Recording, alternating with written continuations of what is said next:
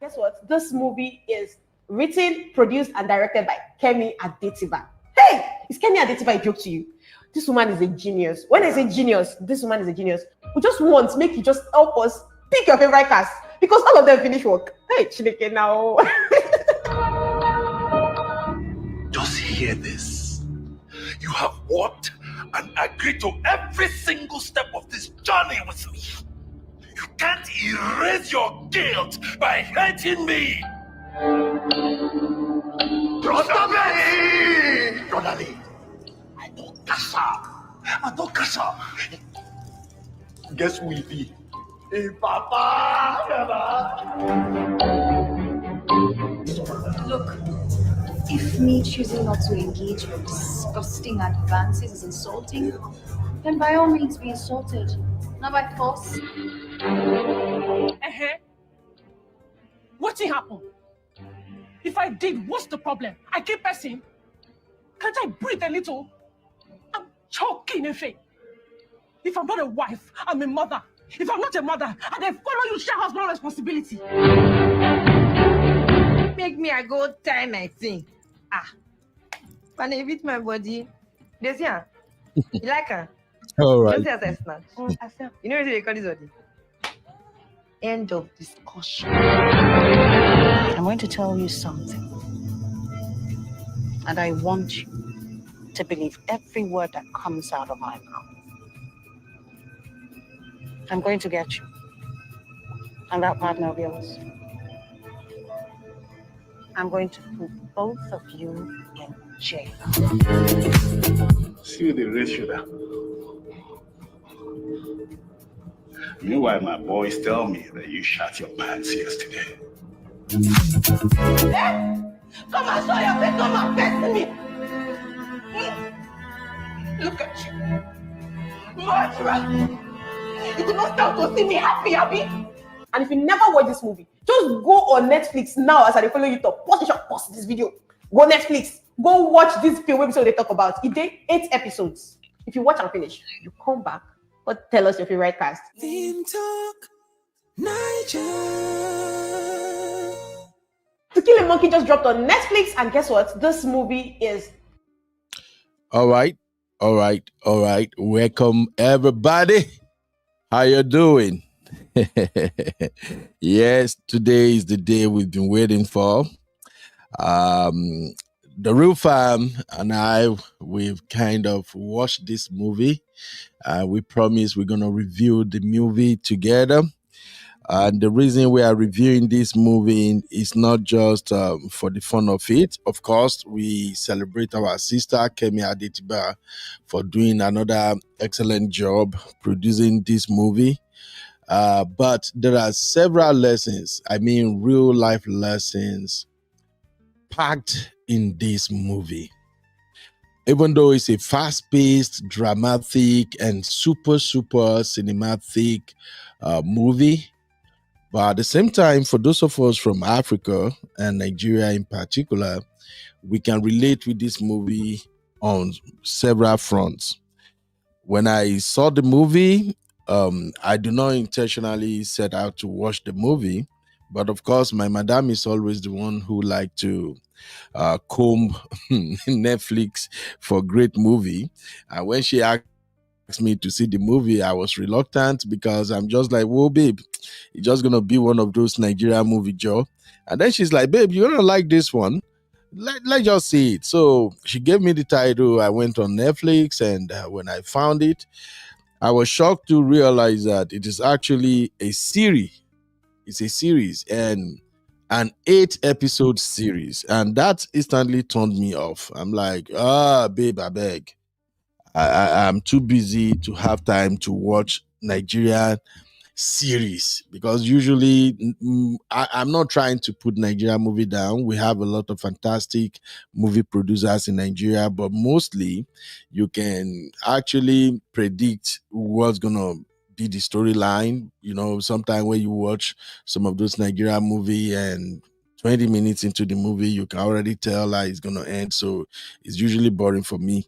So I'm like, baby, I don't want to do this. And then she's like, okay, if you don't want to do it, let me just finish watching it. I've seen episode 1 to 7, and she already seen like half of episode 7. So when she started the movie, I was just there, in our own corner in the house. And the moment she started playing the movie, and by the time we're done with episode 7 and she moved to episode 8, I'm still like, wow, the movie is interesting. Until Efe betrayed Oboz. And I'm like, what the heck? What's going on here? The same feeling my sissy got when she saw that was what actually triggers me. I'm like, what the heck? What is going on? And then the movie ended, and I told my baby, like, oh, I need to understand where this betrayal is coming from. How can a friend, even while Oboz was trying to defend Efe, try to protect Efe when those guys with the big guns showed up, if he still walks away and dude was massacred right there and there. So I'm like, I got to see this movie. So I went to watch the first episode and I was hooked. I started watching it from 11 p.m.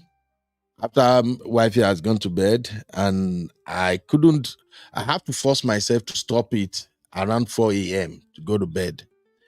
Then when I woke up, I quickly rushed. I never even brushed my teeth. I don't continue the movie again.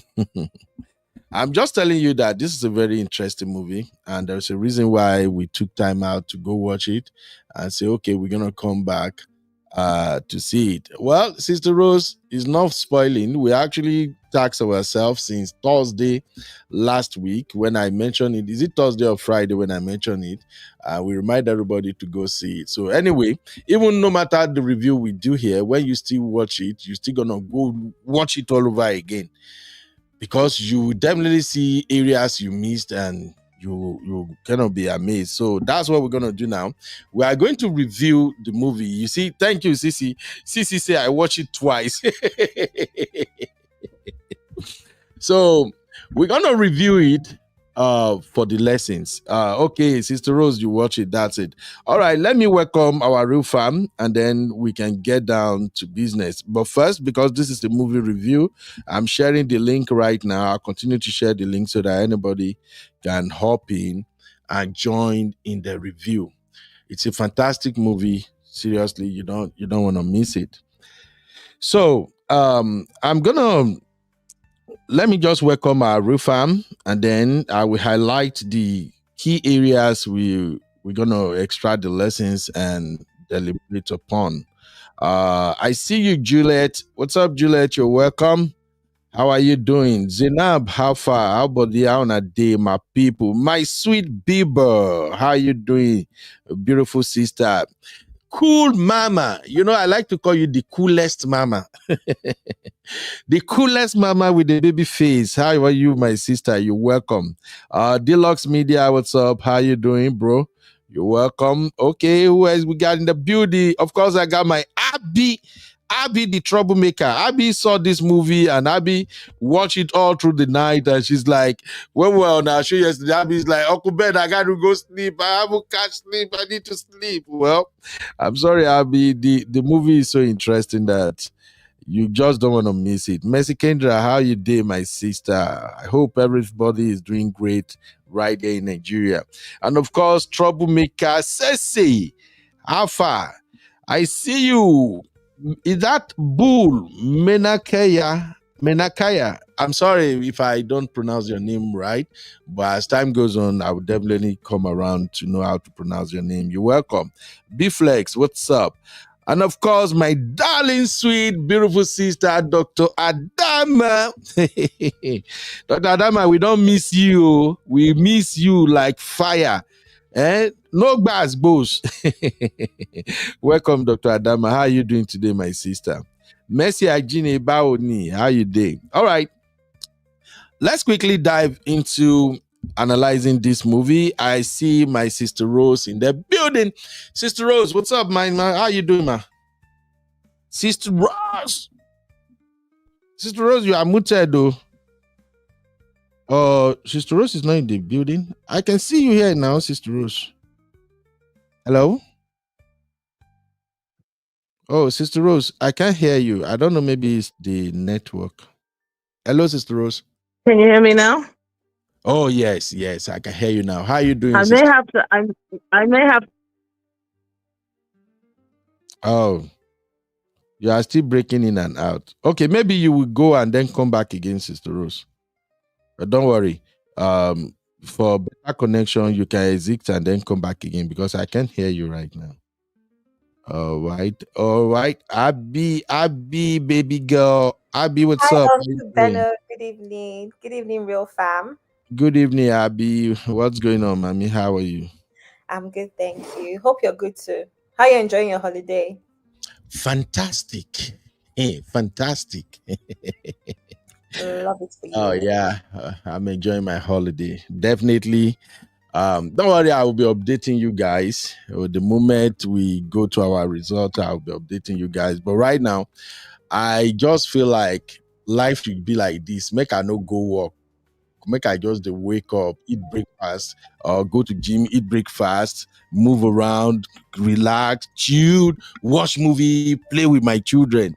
The thing is sweet, my dear. I wish make I no go work again. Can somebody go and steal like $1 billion and just drop out for my compound? Make I no do anything again. You can do that and you can end up like Ezefe.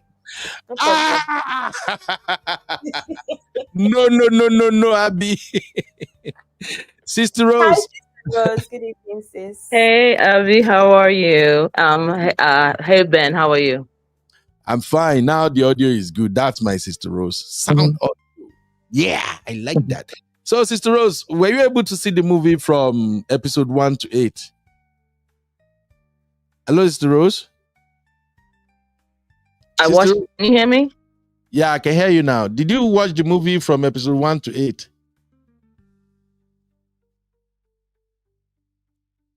Hey. You know what, Ben? Let me try through this. This sucks. Go straight to Abby. Sister Rose is using Ojo Elegba Wi-Fi. No, it's either she's connecting through her laptop or her iPad. I know Sister Rose uses her iPad a lot, so it can be from the iPad. Yeah, all right. Whew. Let us start this movie review. I honestly don't even know where to start. But first, let's start with the characters. So the first question would be, who is your best character? Yeah. Who is your best character in the movie? Yeah, let's start with that.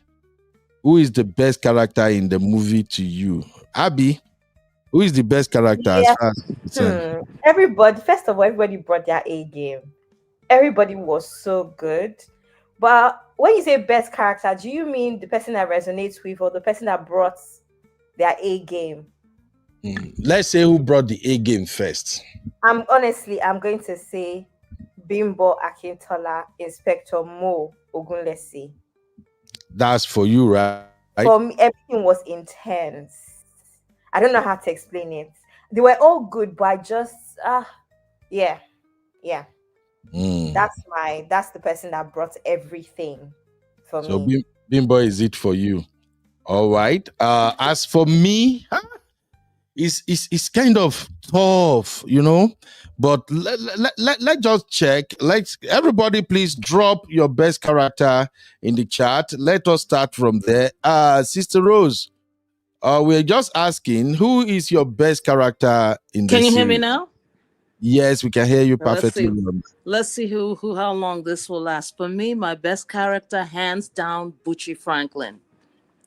Oh, and wow. that shocked me. I didn't even think I was gonna like him because I've seen him in some other movies. He plays very villainous roles, but Butchie Franklin, hands down, he brought it. He brought it. He is an actor to the core.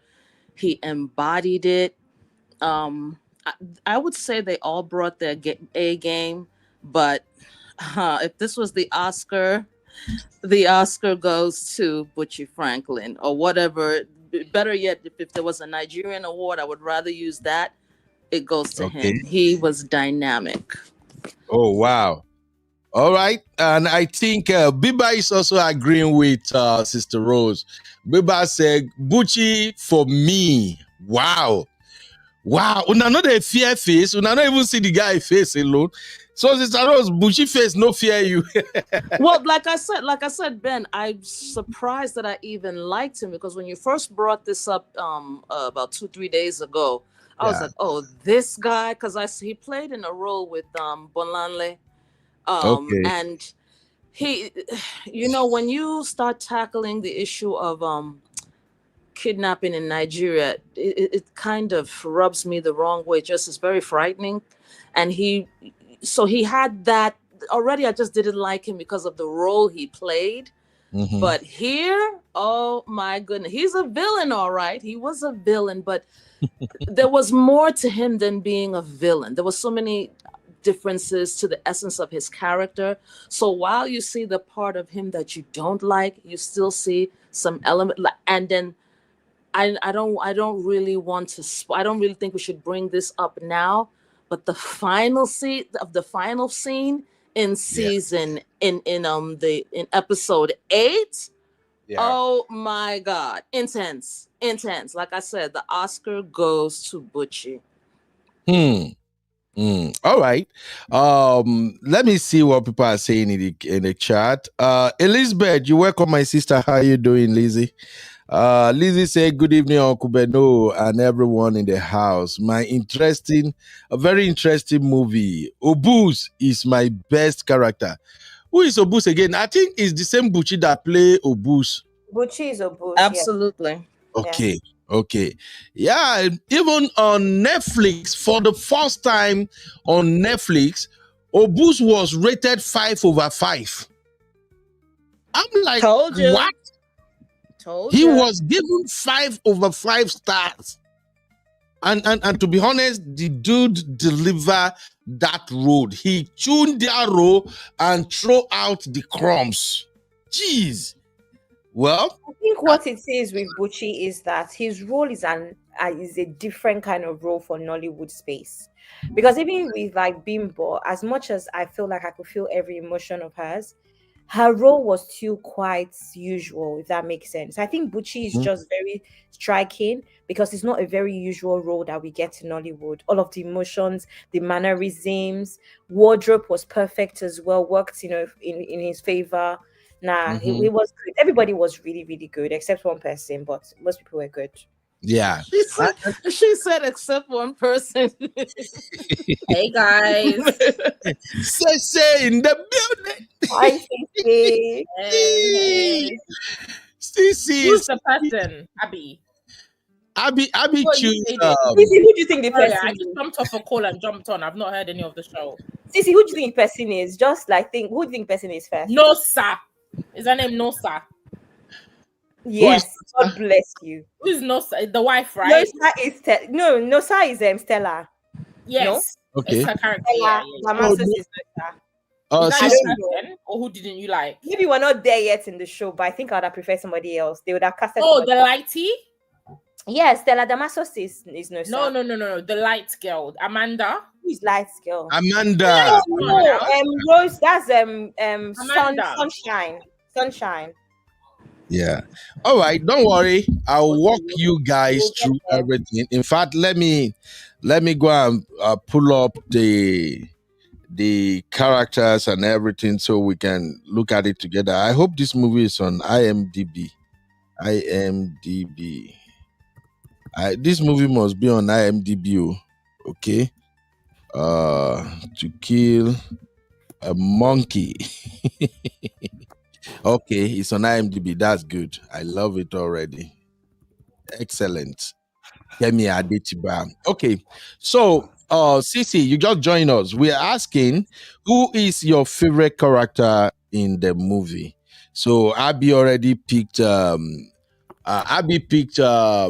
Inspector Mo, and then Sister Rose picked Bucci, of course, Oboz. And a lot of people said Oboz, and even Netflix viewers they rated Oboz 5/5. For me, I respect Oboz, and I'm even blown away with the way he delivers that role. I've seen this guy in a couple of movies before, but it's just like the regular Nigeria Agbero kind of style and role that he was playing. I never foresee this guy to be the kind of actor that can deliver a Netflix level character. So I'm not gonna lie, he blew me away. He really, really blew me away. However, my best character from the movie is actually Williams Benson, who happens to be Ife. Oh no, no. Yeah. Ife to me is the best character. Yeah, that's me now, Sissy. You get your own, I get my own. Which one we know?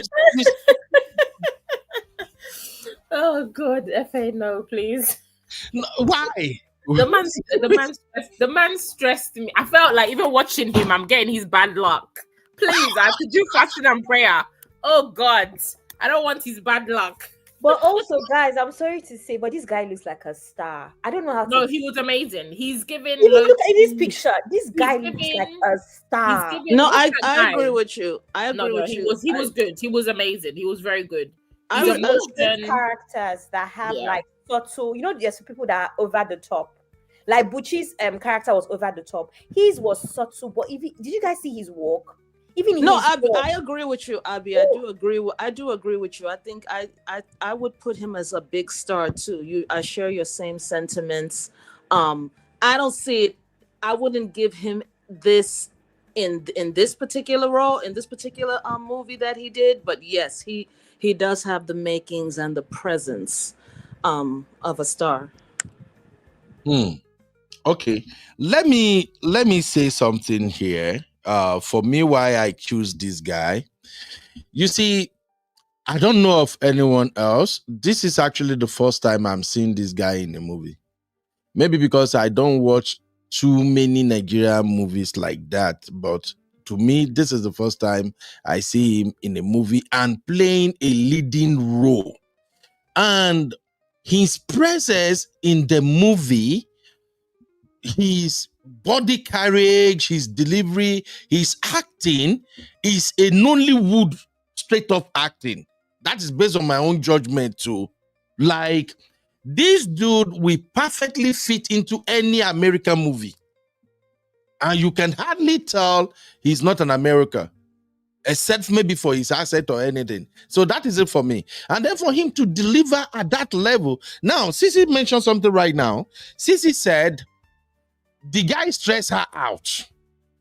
Of course, when an actor can actually deliver their role in a way that you felt that thing is happening to you, like you feel their emotions, that is good delivering.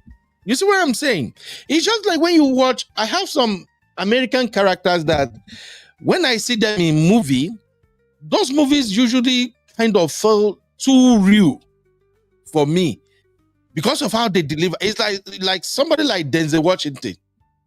Sometimes you can see that the man will soak himself in that role that he's playing. That is what this guy represented for me. I saw him in this movie for the first time, and he was able to pull me into the movie. So that's why I choose him. But I do understand that, in fact, if they want to like give an award that who is the best actor in Nigeria, I think he should go to Bucci for his role in this movie. But for me personally, I just think that this guy really, really did a fantastic job. Now, let's talk about the ladies, okay? The cast of To Kill. Oh, wait, you didn't ask me who's my favorite. Hello? Oh, who's your favorite, Sissy?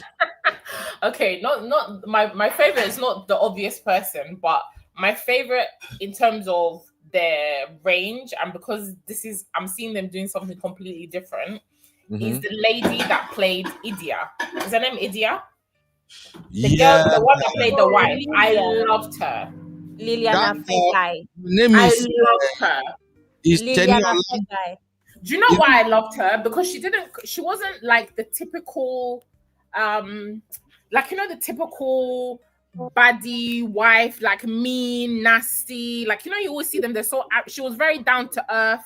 She was very like accommodating to like she really like took the Stella's character like under her wing and befriended her genuinely. Do you understand? And I don't usually see that with like female lead characters, especially when one is meant to be like the mob wife, the other one is meant to be maybe your part. There's always this kind of competition, and I loved her portrayal of that woman. Very Raz, but she was a ride or die. Even though I don't like ride or die in real life, but her character, she was great. She was fantastic. That is the lady on my screen right now. The lady, this lady. Lilian Afegbai, right? Yeah. You know what's crazy about Lillian is the way Cece is saying this, right? As soon as I saw Lillian walk down the stairs, I said, there's nobody else that should have had this role. If you know Lillian, even on social media, I don't know if anybody knows Lillian, that character is her. Lillian is that babe that's like, I just come, this is what she says on her social media, I just come Lagos now, I did from Benin. Like, she's a Benin babe. So that role, once I saw her, I was like, that has been casted properly. Lillian, this is Lillian in real life. I'm not even joking. Yeah, and you know what? I watched something because there was a random thing that popped up. You know when you watch things and then all of a sudden your phone will be recommending things. So I just came across her Instagram and she posted something actually. Uncle Ben, I'll share it in the backstage, that she has like an internet persona. I don't know who the person is because I don't follow her, but she has like a Raz kind of internet persona where she tells stories similar to this character that she played. And then she said one day the people for the woman Kemi actually saw her, this skit that she does on her Instagram. And when she wrote this movie, she reached out to her people and said, reach out to this girl because I want her to audition.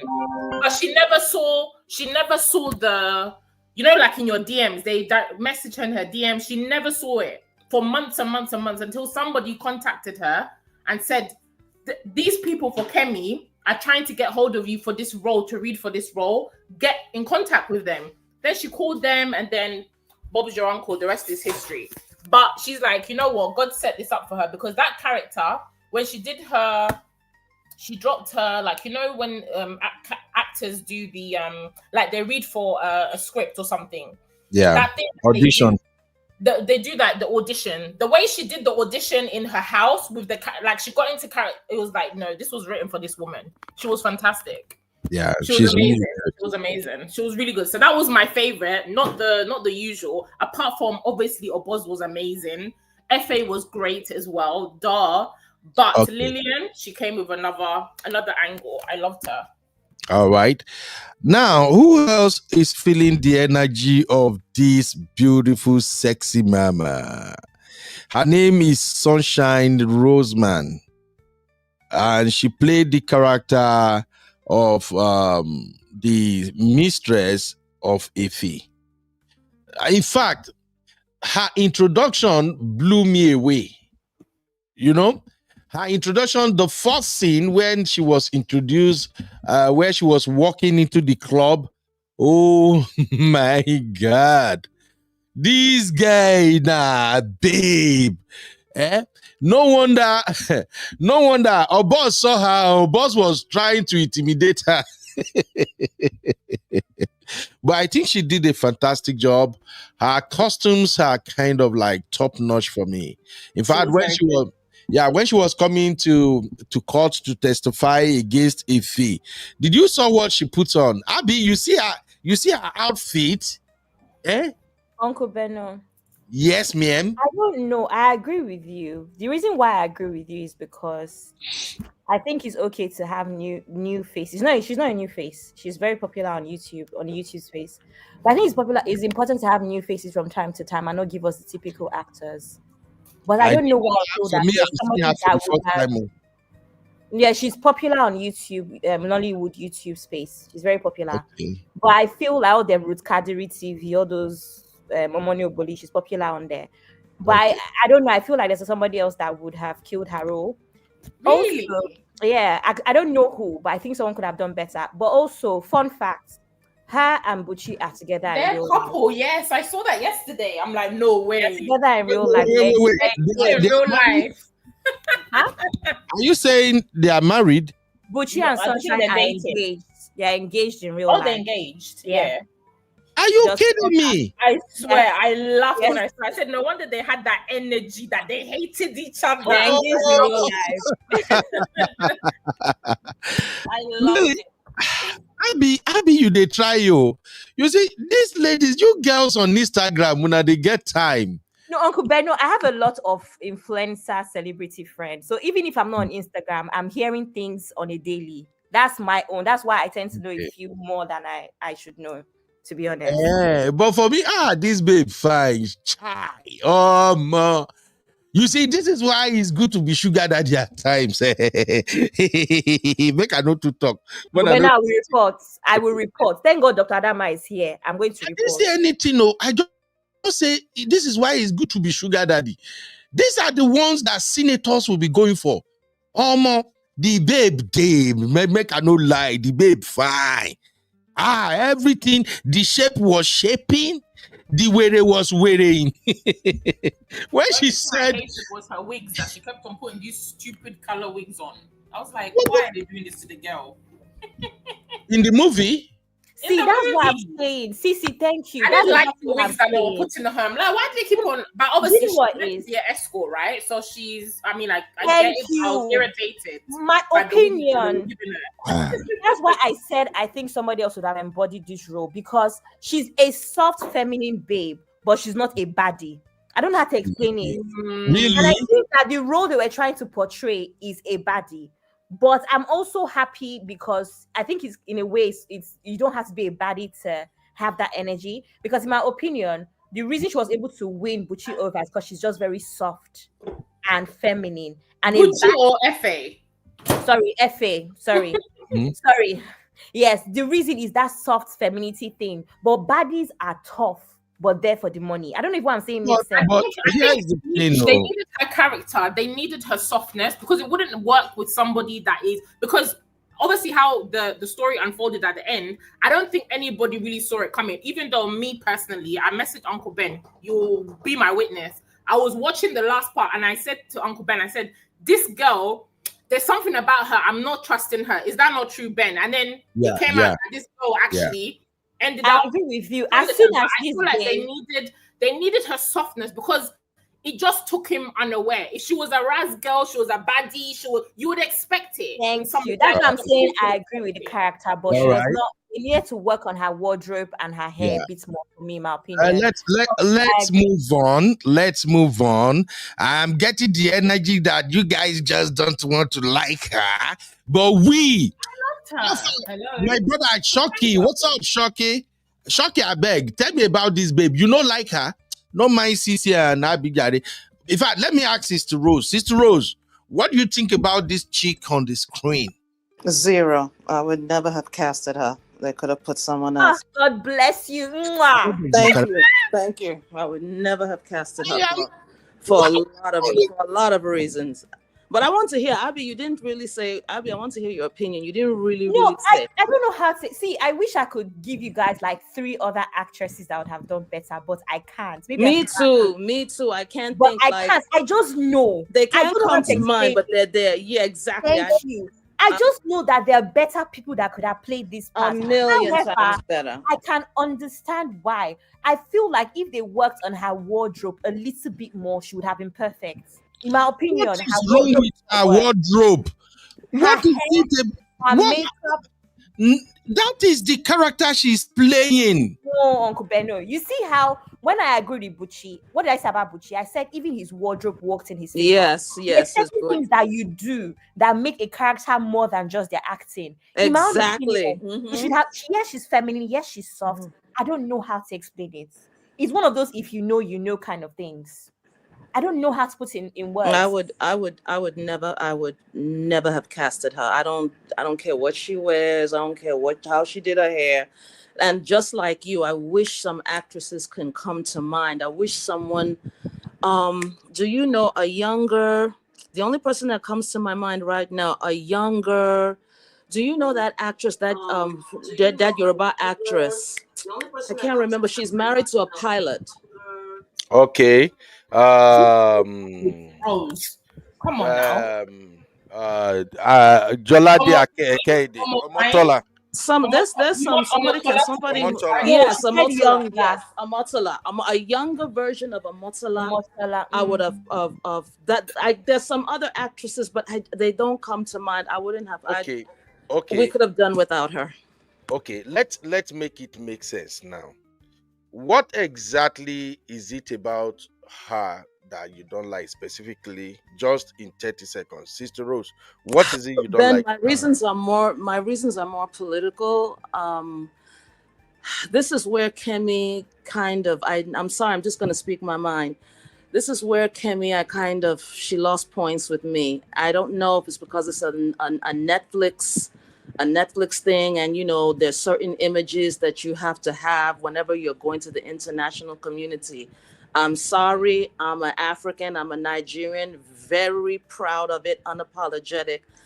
The beauty of Nollywood is we want to see our own images, and I'm sick and tired of every time we have to get someone who is an ambiguously Black person, and they're not put in the front. Even if you look at the advertising, she's not even the main character. The wife who played the one who played Bucci's wife. Mm-hmm. She's sultry, she's beautiful, she's slim, she's sexy. She's a very main character that stands out. What she should have been more out in the credits. I want to see more darker brown skinned girls. It's the time that we celebrate our people and put our people up front, put them as the beauty item. Because here is the thing. A lot of what we think is beautiful, we've been conditioned to think that's beautiful because that's pushed in our face. So being that this is an African movie, let's see more girls who look African. Sorry. Okay. Not sorry. That's how I feel. Okay. We are actually extracting lessons. Hold on. We are actually extracting lessons. Sister Rose, as well as everybody that is watching right now, please drop your opinions. Let's dissect this. One, when I watch movie, I am looking at it holistically from production to marketing, as well as what audience do you want to attract. It's just like this our small YouTube team here. How you produce your content on YouTube and everything, it has to be determined by the audience, because if you do everything and people don't watch it, it's all nonsense. So for me, I agree with what you're saying, Sister Rose, but if we look at the movie, what they are trying to portray in the movie in terms of the story, the goal is to lure Efe into a relationship with this girl. Efe has the persona of a decent man, and a decent man who don't want to succumb to cheating. You have to go extra mile before you can get them with a woman. Any man that is watching now, you can please tell me if you agree with me or not. A decent man, it takes a lot to get a decent man to sleep with other women. You're gonna have to do the work before you can get them. So when I look at it from the movie angle, I'm telling you right now, as a man myself, when they introduce her, the moment they introduce her, she walk into that club. Even me, I'm like, okay, wait a minute. Who's this girl? Nah, man, she's different.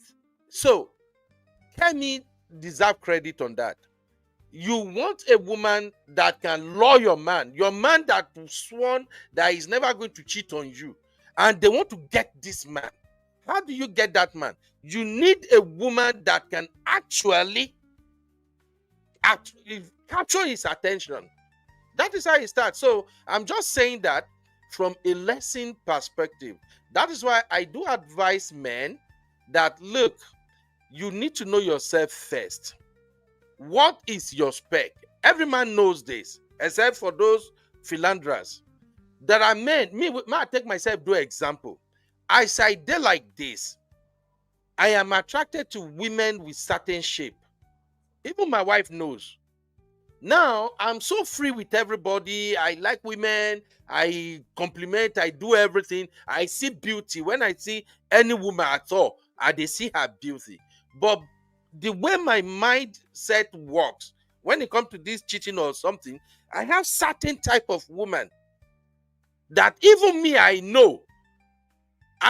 On some occasions, even in my nursing job, there are times they will pair me with another woman. The moment I see that shape and everything, I'll just say, I'm sorry. Can you move me to another home? And if I manage work that one shift with that nurse, I will personally, I've told my managers before, I will personally go to the office and say, please, don't pair me with this woman. The woman don't do me anything. The girls, they don't do me nothing. But there is certain shape. In fact, if I show you my ex, and if you see my wife, you will know that, oh, true. This guy gets certain type of woman. So I'm just saying this for lessons sake. Even my wife knows. My wife don't care. She see me with any woman, any girl, she don't bother. But when she see me with women with certain shape, madam will put her foot down and say no. So I'm just saying that one of the lessons I can draw from this movie is that when people are out to get you, no matter how strong you think you are as a man, you must know waiting you must not chop. So the moment you see it, you quickly say, hell no, I'm falling for this. I'm moving away. So that's just what I wanted to say. But when it comes to what Sister Rose just said about let everything reflect Africa, I 100% agree with Sister Rose. But again, from the marketing perspective, Netflix grade movies are way different from a YouTube Asaba movie they produce in Nigeria. Go and look at many Nigerian movies on Netflix. Sometimes you even ask yourself that these guys, they just scam Netflix. And yet, when you see some Nigerian movies, you will be wondering, do they really make money out of this movie? When you look at the quality of production, look, I'm a cameraman. It is expensive to hire a cameraman for Netflix level production. For those who don't know, if you want to produce a movie for Netflix, there is a certain grade camera that you have to use. Netflix won't take anything more than those grade of cameras. That's why you see the picture is so crispy. Okay, wow. Thank you. Thanks for that. Because I've been trying to wonder what, and I've been saying it's either, is it the camera or is it the lens? So thanks for, that's an education right there. Is the camera. Those cameras shoot in 8Ks. 8K. That is why when you see those movies, they are kind of so, the screen is so clean. Every aspect, the color grading is top notch. So Ben, can I respond to something you're saying in regards to marketing? Yes, ma'am. I get your point. I do understand what you're saying, and it's true. You have to present or put what will sell. So I get that part.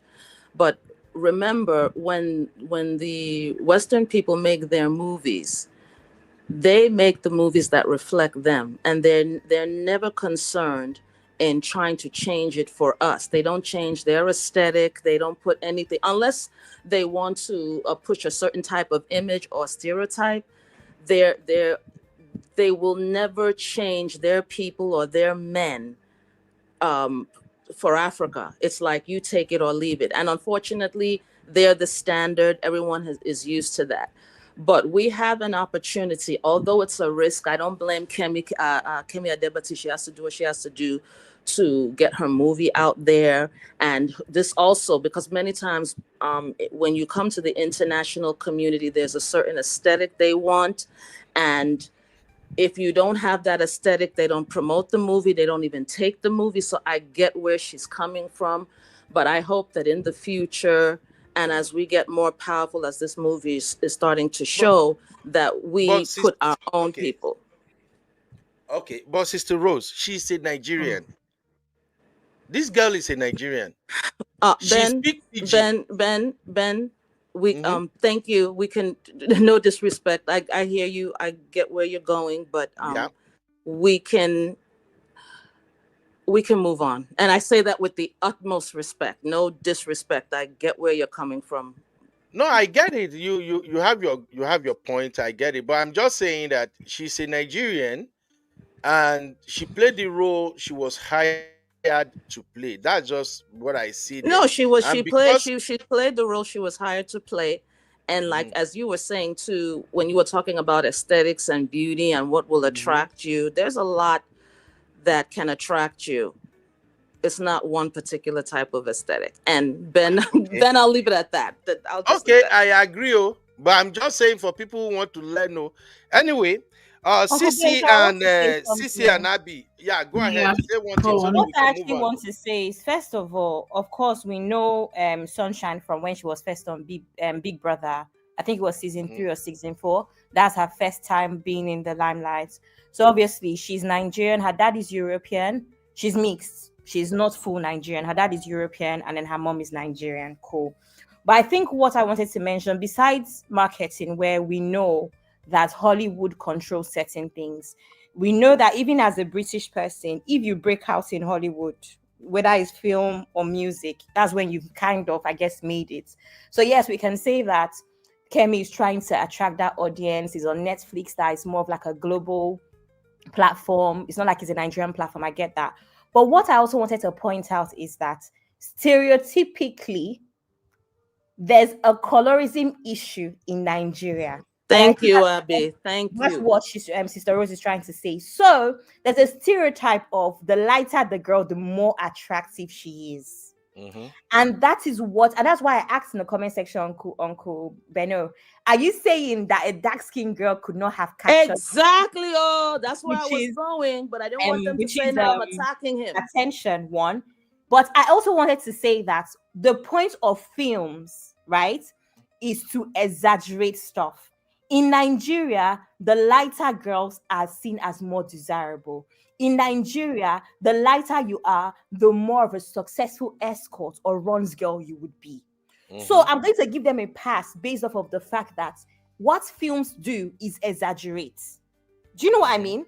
For our Mhm. entertainment, to drive across a point. So I'm going to say that maybe they went on that stereotype of colorism, that stereotype of the lighter you are in that environment, the more successful you are, you're going to be as an escort, and that's why they chose her. That's all I'm going to say. Okay, Abby, Okay. thank you. The Okay. Rose Abby, can I? is saying a real thing here where we have Let's a colorism let's issue, move on.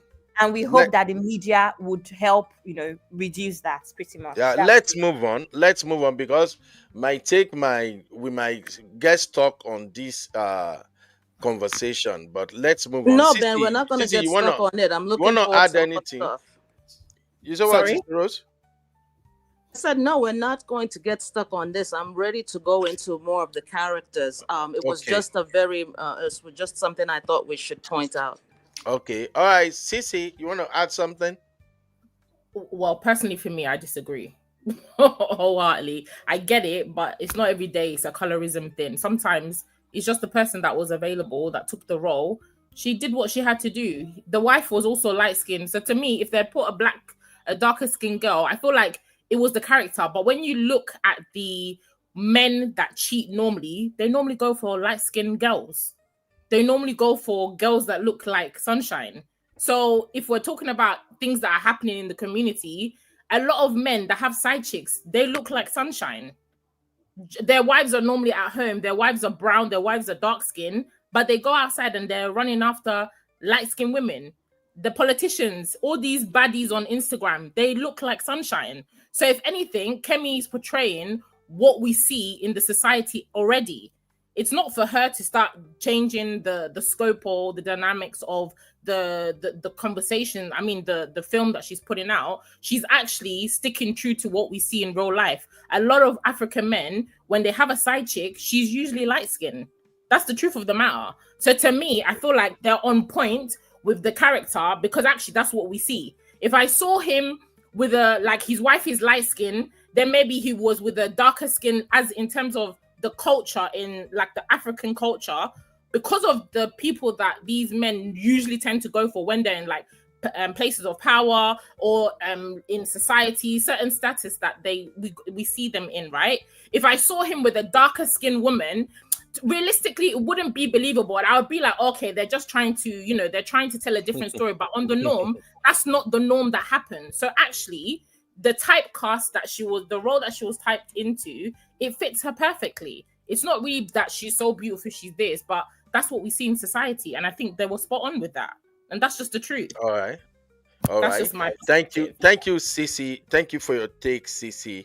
Just to clear the doubts and just to make it make sense to everyone watching, I wish Chucky is free to call me now. It will have been very, very good. So I will have another man also also state his own angle. Let me tell you, ladies, something. Real men, real decent men, won't touch this type of lady. As I did like this, if you put me and this lady for one room, put us for one house, 1 week, I won't touch her. Because they are trouble. They are trouble. I'm not talking about her personality in real life. I'm talking about the role she played in the movie and things like that. You ladies, people just believe that, oh, when a lady is yellow, her color is shiny, that is what men are going after. It's true. A lot of stupid men, that's what attracted, that's what they run after. But you see, decent men knows to stay the hell away from ladies who are super, super shiny, flamboyant. So that's the thing. And for women, I just reveal small secret from brotherhood. If you see a decent man, a decent married man, who you can never ever think is cheating or anything, or nobody hear about cheating or anything, when you want to discover who they are cheating with, they are usually dark-skinned women. Just write this down, don't forget. Man, where date very, very decent, where anybody no fit suspect, say, this guy, this man no go fit cheat, is because his cheating partner is a dark-skinned woman. Not the one that, everybody. He's the type of woman that you go see him. You will actually see him and that woman. It will never cross your mind that they might have anything going on. Because the lady is not flashy. It's not I don't know how to describe her. But I don't know if it makes sense to you. I just wanted to put that out there. Now, let's keep it movie. I see that Honey Baby's here and Precious. But let's move on to another character. We don't spend too much time on this particular one. Look, is that you? Precious or Fagbe? That's yes. Precious.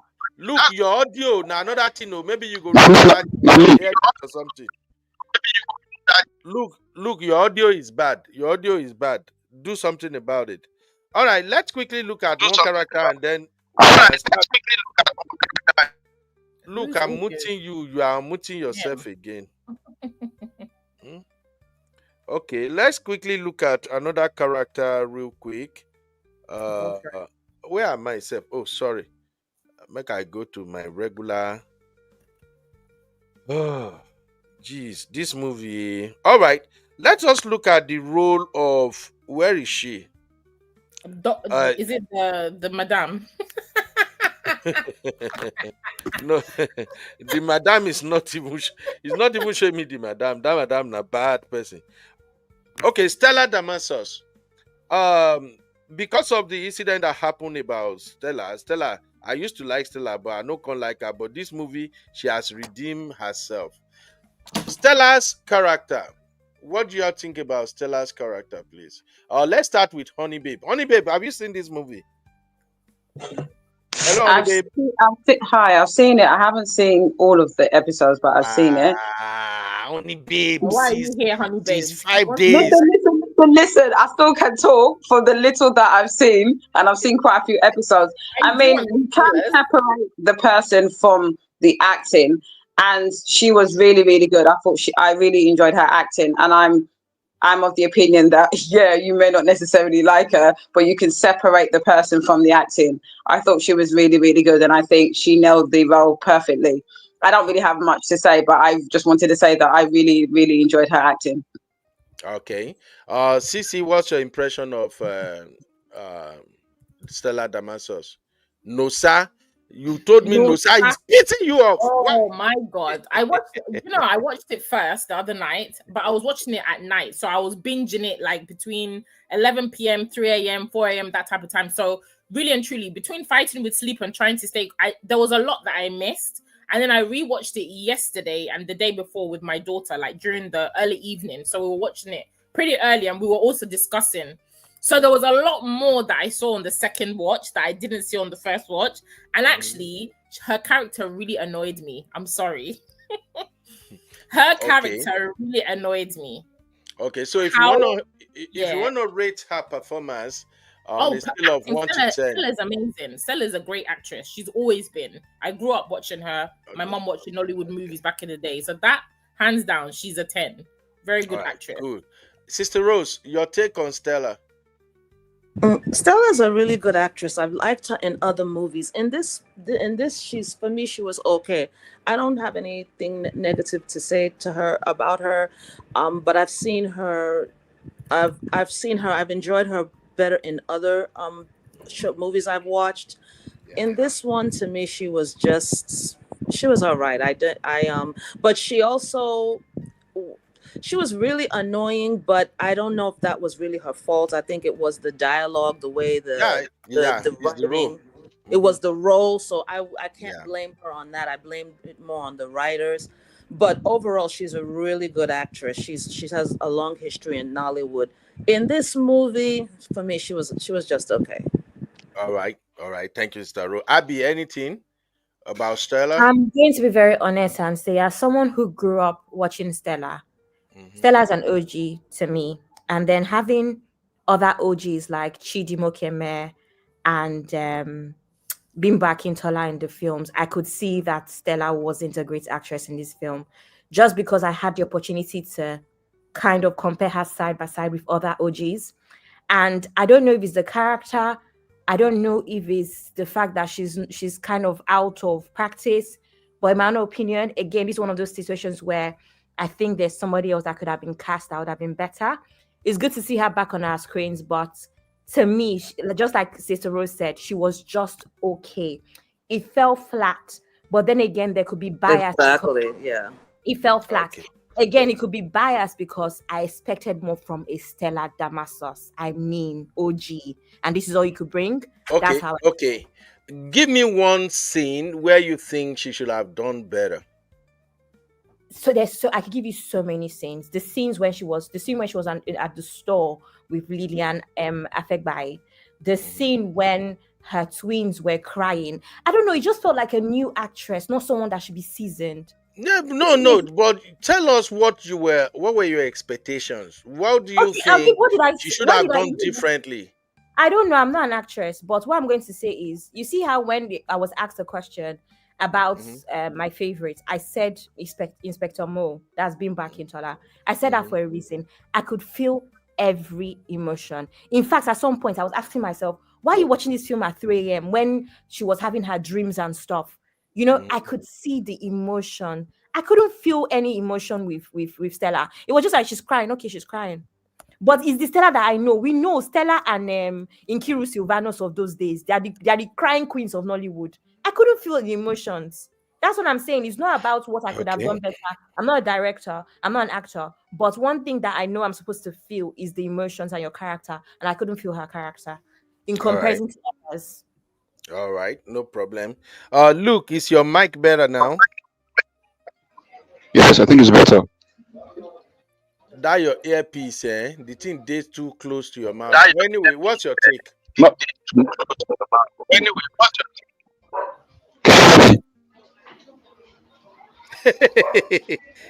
Luke, oh, Jesus. Luke, no verse. That your audio is really, really bad. The audio is super, super bad. I'm sorry, my brother. All right, let's get into the main story and the lessons now. Because if we stuck on this character, we no go come here today, which is a very interesting part of this story. But now, let's get into the movie itself. I don't want to play that movie so that YouTube will not flag this our review. Okay, all right. Let me ask you, what part of this movie, because there are like 3 stories in this movie for those who haven't seen it. Efe, the lead character, has his own unique story. Buchi, that is Oboz, he has his own story. Chidi Mukemi has his own story. The Inspector Mo has her own story. And one more person has her own story too. That lady we just spoke about now, Sunshine, she got her own story. Everybody has their own unique story. Even Stella Damasus has her own unique story. But because Kemi is so good, Kemi figured a way to infuse all the story together into the bigger story she's trying to tell. Now, in terms of, let's start with Efe, because the whole thing is surrounding Efe. Do you see Efe struggle as a common struggle of a common Nigerian man? Yes. Yes, ma'am. Make it make sense. Yeah. What, you want me to expatiate? Yeah, yeah. Oh, okay. No, it's the typical people who have lived that type of life. It's the typical type of struggle, no jobs, no infrastructure, the suffering.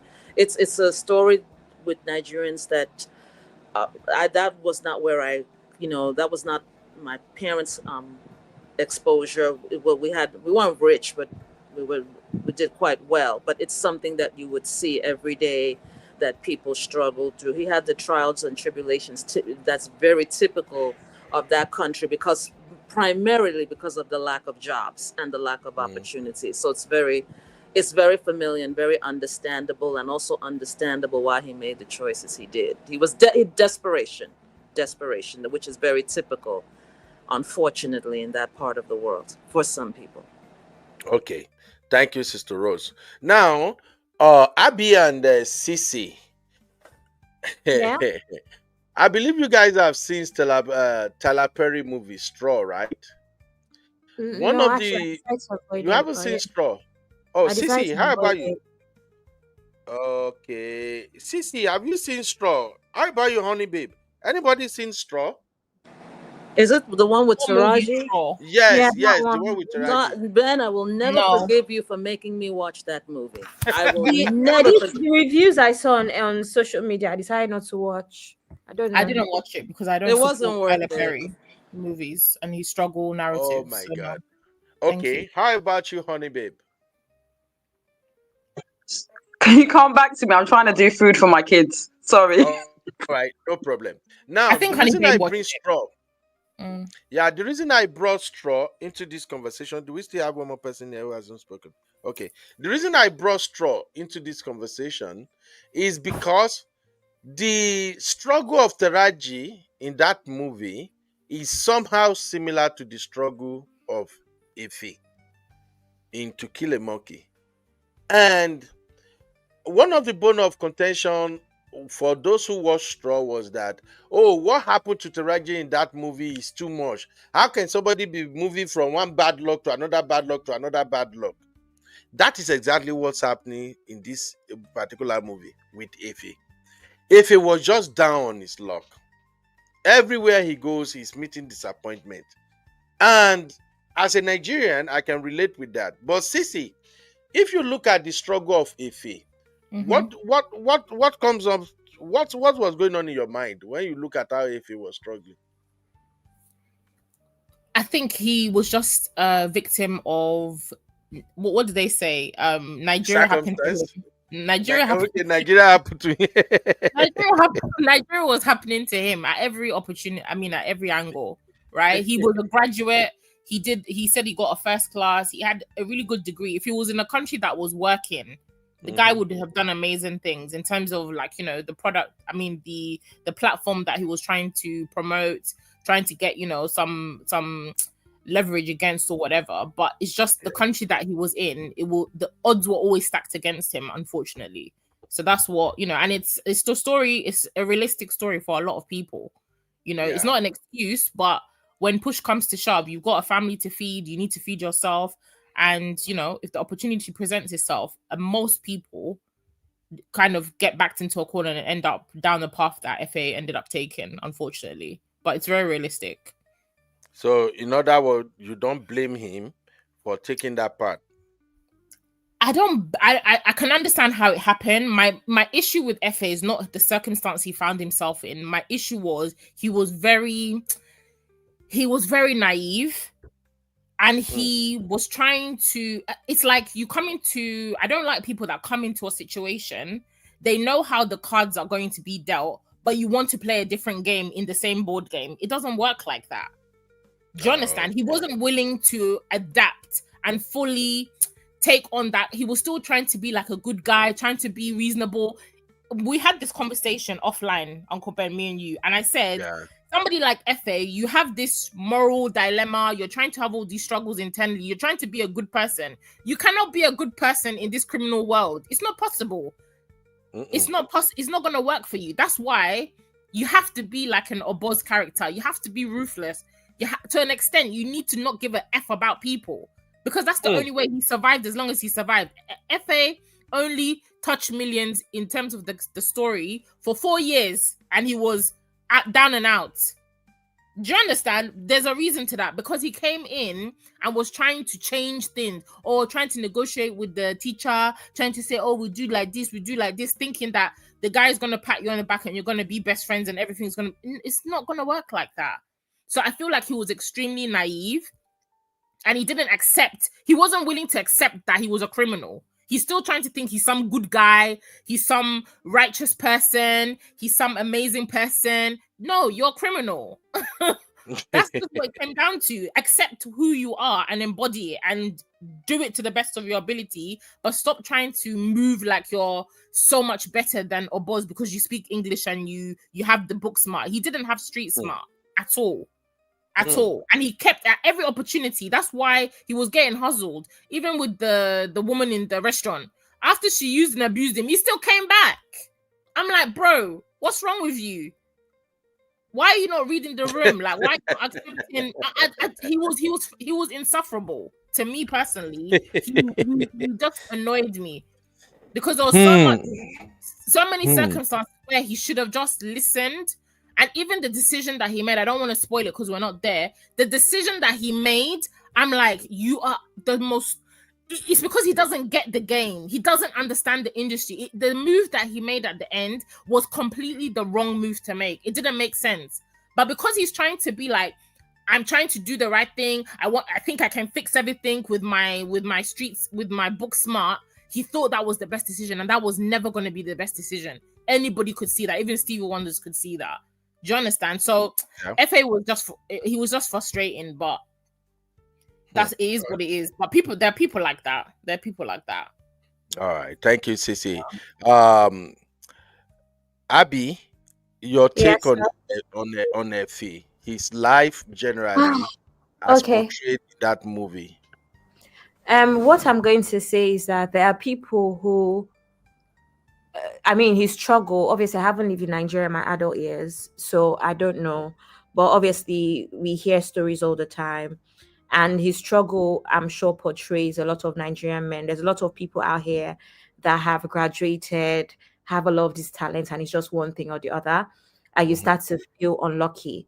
However, I think I kind of disagree with Cece in certain ways. I think that what would have made the perfect leader of this group would have been a good balance of both characters. That's Efe and Oboz, in my opinion. Because I say this to say that even when we touch on other topics with like pastors and all, sometimes leadership also means calming down. The number of things Sorry? No, I said very true. I like that point. Because a number of things, look at that guy, the one that left him, the one that's close to his wife, Lillian, the head of his team. Just imagine he paid that guy a little bit more respect. Maybe he would have not ended up in that situation with Efe, because that guy never trusted Efe. His guts was right. Whether it's his guts or whatever, I'm just giving you a perspective. But the reason he lost a lot of things is because of pride. Yes, he had a drinking problem, But that's the only thing I can take away from Efe is just that calm nature. I don't know if anyone here has watched Power. I was gonna bring that up. Tommy and Ghost. Thank you. Efe is Ghost and Obu is Tommy.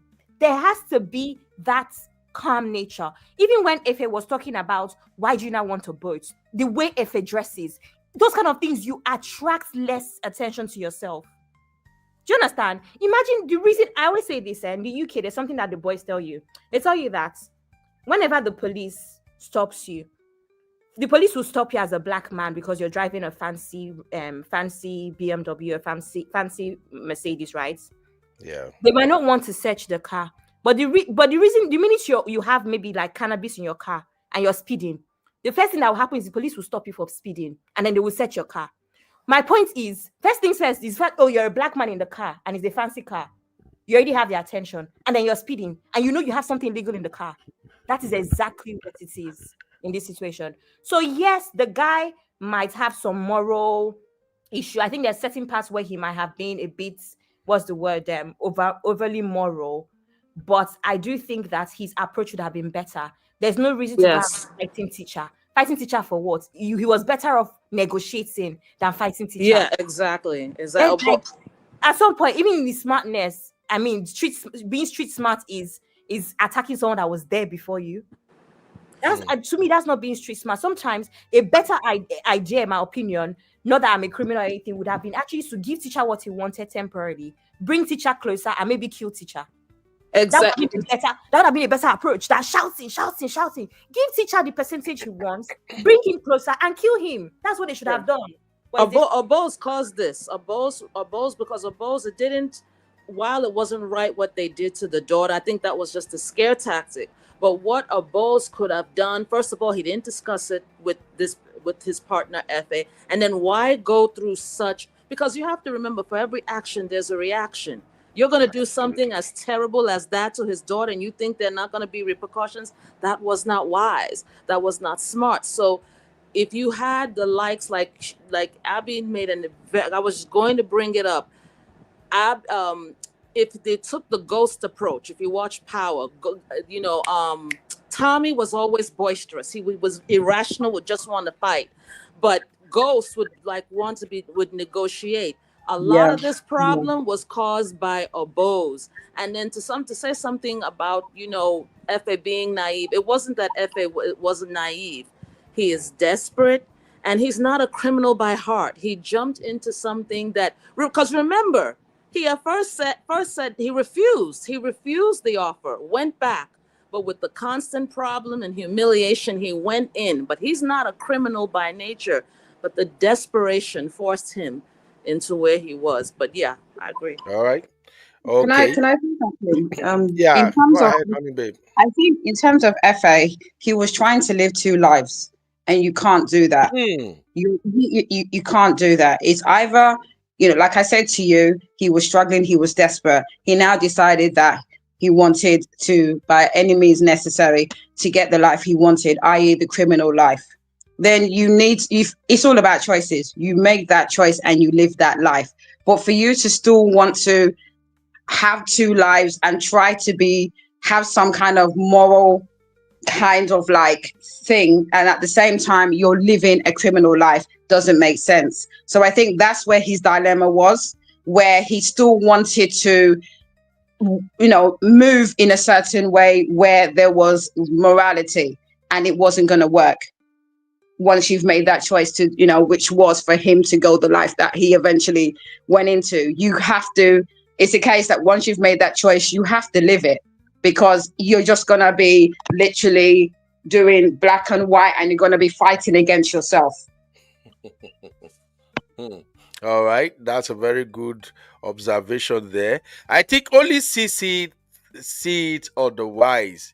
Only Sisi think that because this is the world you are part of, you are supposed to be ready to strike, just like Oboz want to strike. So, but the life lesson here to me is that, as a man, if life really forces you to go into this rabbit hole of criminality, you're going to have to learn how to play the game. Criminality and being a humble man doesn't go together. But at the same time, you got to be smart and you got to watch who you are working with. The biggest problem to me is Oboz, like you guys already said. He's greedy. I think Abby put that in the chat. Oboz is greedy and he doesn't think things through. He brought this youthful energy like, let's go aura for aura. And that's why the whole thing collapsed. But Sisi, do you want to restate that your point again, Sisi? No, I stand on mine. Mine. I think when it comes to Efe, when it comes to people saying, Oboz was, that's his character. He's been on the street. I think we need to understand the dynamics of his character. He's been on his own. He's been out on the street. He's been hustling from a child. So somebody like that, you've been fighting and surviving for everything that you've worked for. I would be the same. If you're in that situation, he's been running things his way.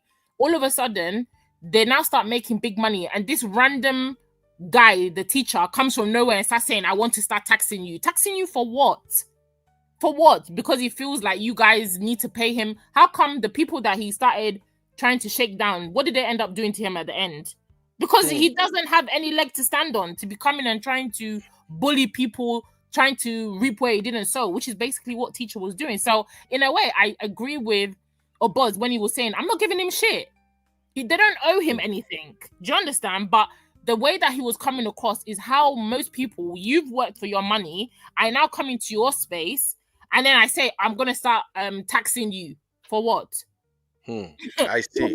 From where? Do you understand? So I guess that where the pushback, but I feel like if Efe understood the kind of the environment that he was in, instead of him coming across as very self-righteous, trying to be the Mr. Know-it-all, if he put himself in Oboz's shoe, he should be able to understand that why would you want to pay somebody some money when he hasn't contributed to anything? If he came down on his high horse and met Oboz where he was in terms of his thinking, instead of trying to belittle him, trying to talk to him like he's stupid, like he doesn't know the game, you just came into the game, you can't know more than him. That's where they started having their combat. And the message that he was trying to deliver, which is definitely the right message, like let's go and let's discuss this with him, it came off wrong because he wasn't delivering the message in a way that Oboz was going to receive it in that moment, because he was coming across as self-righteous. That's just what it was. Can I say something, Uncle Beno? Yeah. I've not been part of, anything, right? Sorry? Go ahead, Abby. Go ahead. I've not been part of the streets, all right, but I'm from Lagos, and they will even tell you that if area boys come to you to say, give us 100 naira a day to be passing this place, you give them the money. If area boys say for your bus to move, right, from point A to B as a bus driver, you have to give us 1,000 naira every day. You have to give them. I know from watching films, from being on the internet, that there's a rule of the streets, and that's why I said personally, I know it's a film. I remember screaming at my TV saying, "Why aren't your children abroad? Take them to London. Take them," because I would do that. The same thing I thought. I have to remember that it's a film. But I kept on saying, I cannot be in this life and I have all of this money. I will send my family to South Africa. That's what I kept screaming at my screen. I was like, oh, Abby, calm down. It's a film, So I couldn't understand why they were in the same house with their family. I thought the same thing. Exactly, but obviously they have to make it play out the way it plays out. But I'm saying this to say that if it was just those two boys by themselves, right, it would have been fine. Back to power, Sister Rose. Remember that yes. Ghost had a lot more to lose than Tommy, because Ghost is the one that had the family, had the wife, had the children. He wanted these amazing schools and all of that stuff. So sometimes I think that rationality, which Sisi is very right about, that self-righteous behavior, and I absolutely hate seeing people as well. But that rationality comes with the fact that, wait, I have a lot to lose. And I'm not also, we have to also remember that outside of Oboz being the man that he is, his wife was also like him. He married the person. Exactly. There's so many things that also play a part in that whole thing. But I agree that there was a lot of like talking down on him because yes, I'm self-righteous, that whole, sanctimonious behavior. I agree. But for the most part, I would also say that you remember that the issue is not that Oboz is just irrational. Oboz also said, I think he had an alcohol problem, is what they were trying to portray to us. Right? He always came back to, in quote, apologize. Well, not quite an apology. Never really said I'm sorry. Just take me for who I am kind of apology. But he always came to apologize. He does have an alcohol problem. But honestly, I think it's just a lot of things. If he felt like he had a lot more to lose with his children and all. Not only that too. Remember, he found his daughter they put the daughter in the freezer. He was shaking. That would scare the hell out of anyone, which I think is another reason why he took the more, because like you said, let's assume his children and his wife was somewhere else. Maybe he could say, okay, let's do it. Let's go. Let's do it. Toe to toe, blow to blow. But when you and he already showed you, he gave you. It's not like he just made a threat. Now you see it, and that's what many of these gang bosses do to really scare you into doing what they want. They do something like that, and I think that's why Efe took the position he took of negotiating with him. Also, I'm not going to lie. One sec. I'm not going to lie. I do think that I do think that yes, old taker teacher came from nowhere, but actually he came from somewhere. That's why he recognized him. He called him an old taker. He was there before us, and I think that is part of the rule of the streets to just sometimes do that. Like I said, if I were in their shoes, I would do that to teacher, get closer to him, even offer him to work for him just to actually finish him off. But I wouldn't be rational. Again, but obviously I'm not a criminal, so I don't know. All right. I think what I wanted to say, because I've watched all of Power and I'm trying to relate it back. I think the problem with Ife is the case that you're coming into a world that is different to where you was coming in before. And I think there's some lessons in that. You can't just come and think that you know it all. And I think the key failure of him is that he didn't observe. Now, Oboz, as he had his own, intricacies, issues and everything, alcohol and everything. But I think the problem is that you observe your environment when you come into a new environment. He should have observed it and learned from this guy rather than think that, okay, I have to be careful, I have to negotiate. And it's all about choices again. When you make any decision in life, think about the consequences. You're now going to this criminal life where your family is going to be in danger. Look at Power. Look at the fact that the daughter, I think, can't remember, Ghost's daughter, I think, she deleted. And that was a major issue in the whole seasons. And he had a lot to lose. So I think that for me, the lesson is that if you're going into, yes, there's desperation, but if you now make a decision to go into this, you have to deal with the consequences. And I don't think because of the desperation, he never really thought about it until he was in it. And then he had all these factors where he's now afraid for his family because of it. So definitely, I think that is the choice that he made. I know that obviously this is how the script is and we're talking about this, but I definitely think that he was very irrational and didn't really think about cause and effect when you decide to make certain choices. All right. Uncle Benno, please read Precious's comments. Chioma Chukwuka would have done better than Stella. Thank you very much. Basically, we all have the ways we watch movie. Honestly speaking, if you put Mercy Johnson in that movie, I may not watch it. I'm just being honest. I didn't choose Mercy. I don't agree with Mercy, but I agree with Chioma Chukwuka. So even that Chioma Chukwuka, I won't watch it. My thing is, we are all different the way we watch movie, okay? When I watch a movie, I don't want to see the same character I see over and over again. It's one of the things that turns me off with Nigerian movie. It's why as much as I like this guy, what's his name? Frederick Leona, what they call him. I don't watch his movie. I only watch about maybe 3 or 4 of his movie because my wife chooses it for our Friday night family movies. After that, I will tell babe, if you choose Leonard Frederick, I'm not watching. Because I hate those Nigerian movies where the same person, the same character. I beg. For me, this movie is interesting to me because I see different faces. this guy, the actor, now I've not seen him before.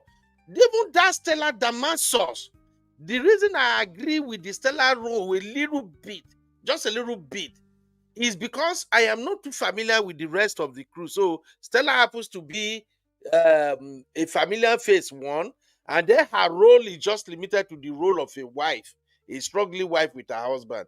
Let's just get out of. Let's keep watching this one same person all the time.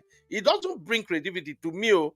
So that role of Stella Damasus, if Messi just did there, I no go watch. Even the Choma Chukura, for me, it's just me personally, not everyone else. I'll just be like, waiting this one, what? No, be the same thing. Nah, I will just keep it moving. All right. Thank you, everybody. Let's look at something else real quick. And I want us to relate this to real life. You know, we do have friends who are struggling and needed our help, right? I read, because I'm a big fan of Reddit, I went to Reddit, and one of the bone of contention there is that Oboz forced Efe into the life of crime. When I saw that thread, I initially don't want to buy into it, but then I tried to reflect on how this thing used to play out in real life. So I tried to be in the shoe of Oboz and also Efe. So putting myself in Oboz's shoe, I simply asked myself, if I have to help a friend and I know I'm a criminal, will I bring that friend into my business, or will I give that friend money to establish him so that he does his thing, I do my thing? That is me occupying Oboz's shoe. Then I put myself in Efe's shoe. If I'm so desperate, oh, thank you, Biba. Biba said desperation got Efe in. If I'm so desperate that I needed help, as somebody who has been on the street in Lagos myself, when Yahoo Yahoo started in Nigeria, when Yahoo Yahoo started gaining ground, I was in Lasso. Small boys, my mate, the one way they younger than me, or my mate, a lot of small boys, they were buying golf. Anybody who is familiar with Yahoo, you will know what I'm saying. When Yahoo started gaining ground among young boys in Nigeria, golf was the car they were buying, golf or baby boy. Abby, you suppose know all this kind of one if you really hang around Lagos well. Yeah, I know. So that time, Yahoo, everybody, they were learning Yahoo. Stay on computer, stay on everything. And poverty was showing me shaggy. Nigeria was happening to me. And I was offered the opportunity to be part of Yahoo. Make I even learn them for free. But I kept thinking, I'm not this guy who want to scam somebody in order for me to live good. Owoekpe, that's what we used to call it then, cost money. So I didn't choose it. As every time I was offered that opportunity and I refused to join my guys, life will become more difficult. That's why I can really relate with Efe. I remember one time when they do one runs for our street that time, they were chasing that runs. All the boys, they were even inviting other boys from outside to bring their own knowledge. They brought me in because I get generator and all that. And I'm like, I don't want to be part of this. When Maga pay, 4 of those guys, they actually bought cars. And that week when Maga pay, now that week, now I don't even get Gary for house. So I'm bringing this into the story that when I step in Efe's shoe, I started thinking, instead of Efe asking Oboz, help me, I need job. Why not ask for capital? Set me up. Anything you can use to help me. So let us look at that. I think I want to agree with the people who said, Oboz, force him into the life of crime. What's your take, please? Sister Rose, do you agree with that narrative? That's a tricky one. That really is a tricky one. I'm going by the script. Efe asked for a job. He said he begged for a job. That he didn't say for money. He begged for a job. So going on the basis of that, Oboz is a criminal. Criminality is as criminality does. That's the best he knows, and that's what he offers. And here is I mean, maybe in a way, he did force him. Yeah, you could say that.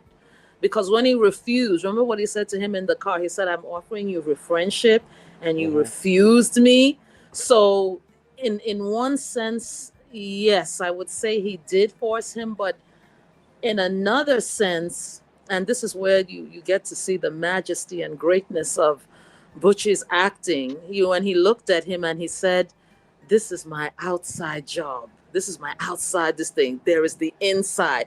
And there was a time he did ask him. He said, but can you do what we do? Can you? He did ask him. He said, can you do this? Do you have the heart of it? So it was a combination of both. While Oboz made him know what it was, at the same time he forced him. So yes, and the best and honest way I can answer that is yes and no. Okay, Abby, was he forced or is it choice? Oh no, what the heck is forced? How can you force a grown man? He's even older than him. Forced in what sense? Maybe pressured is a better word.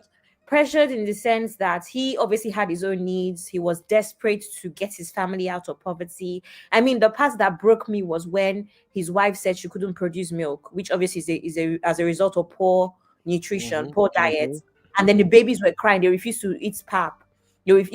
So that broke me. Any dad, how can babies also not be able to eat? So I can imagine that. And that was when he went back, remember, in the rain. So I can imagine that he was pressured and he just felt like, you know what, this has been given to me. Let me take it, but definitely not forced. To talk about job versus money, I'm not going to lie to you. Like Uncle Beno said, if I were a criminal and my friends and my family came to me, they say they were struggling, they needed something, I don't know if I would bring them into my business. I think I would rather set them up. Here you go. This is your monthly salary, whatever. But obviously, it's easier to say when you're not in the situation. So I don't know. Right. And so I do think that if money was an option, I do think Oboz would have said, no, bro, here you go. Here's 10 million naira. Get out of that place. Do this, do that. You know what I mean? Let me even fund this, your software that you've been carrying up and down, But he didn't say that because it wasn't an option. And in a lot of Nollywood films, we see how, mostly with like prostitution, we see how a lot of girls are not willing to, let you live with them or live off them. They'll say, well, let me introduce you to men too. That's a very common Nollywood line. So I think there's something that goes with, I know be fool. Am I a fool? So you want to eat off of me, but you don't want to do the work. So I think that's also like a general, behavior with all of these people. But no, he wasn't forced, maybe pressured by life and everything, but definitely not forced by Oboz. But most especially, I don't think Oboz made money an option, to be honest. I don't think that was an option. All right. Thank you. Honey Babe. Yeah, but based on what Abby said, I don't think you can force a grown adult. I think it's desperation. But my narrative is that he made the choice, the ultimate choice. At the end of the day, I don't think you can force anybody. Unfortunately, the circumstances were of the extent where, the children were crying and hungry, and you as the man of the house, you're desperate. I personally believe that, but obviously this is all intentional, the way the script has been set, in terms of the only avenue was to go into the criminal activity. In terms of introducing him to money and setting him up, we know all the time via money laundering, there's many criminals out there that set up businesses in order to launder, etc., set them up as ghosts just for particularly money laundering. So we know that happens. I personally think the narrative in terms of most Nigerian movies is to show that the only way to get out of poverty is to go into criminal activity. I don't think I've ever seen a movie where they've given them money and set them up. So it was intentional in terms of the script. But I think personally, I'm going off a tangent and based on a lot of comments, and I wanted to reserve it until later, but I personally think this is a story that should obviously emphasize the fact that no bad deed goes unturned. And I think personally, thinking that you can get rich, there's an ultimate karma out there.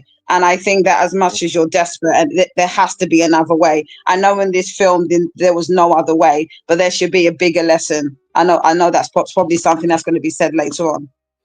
Yeah, thank you. And just like Luke is saying, minus script settings, it's happened in real life. It's actually happening in real life. Sissy, you want to add anything to that real quick?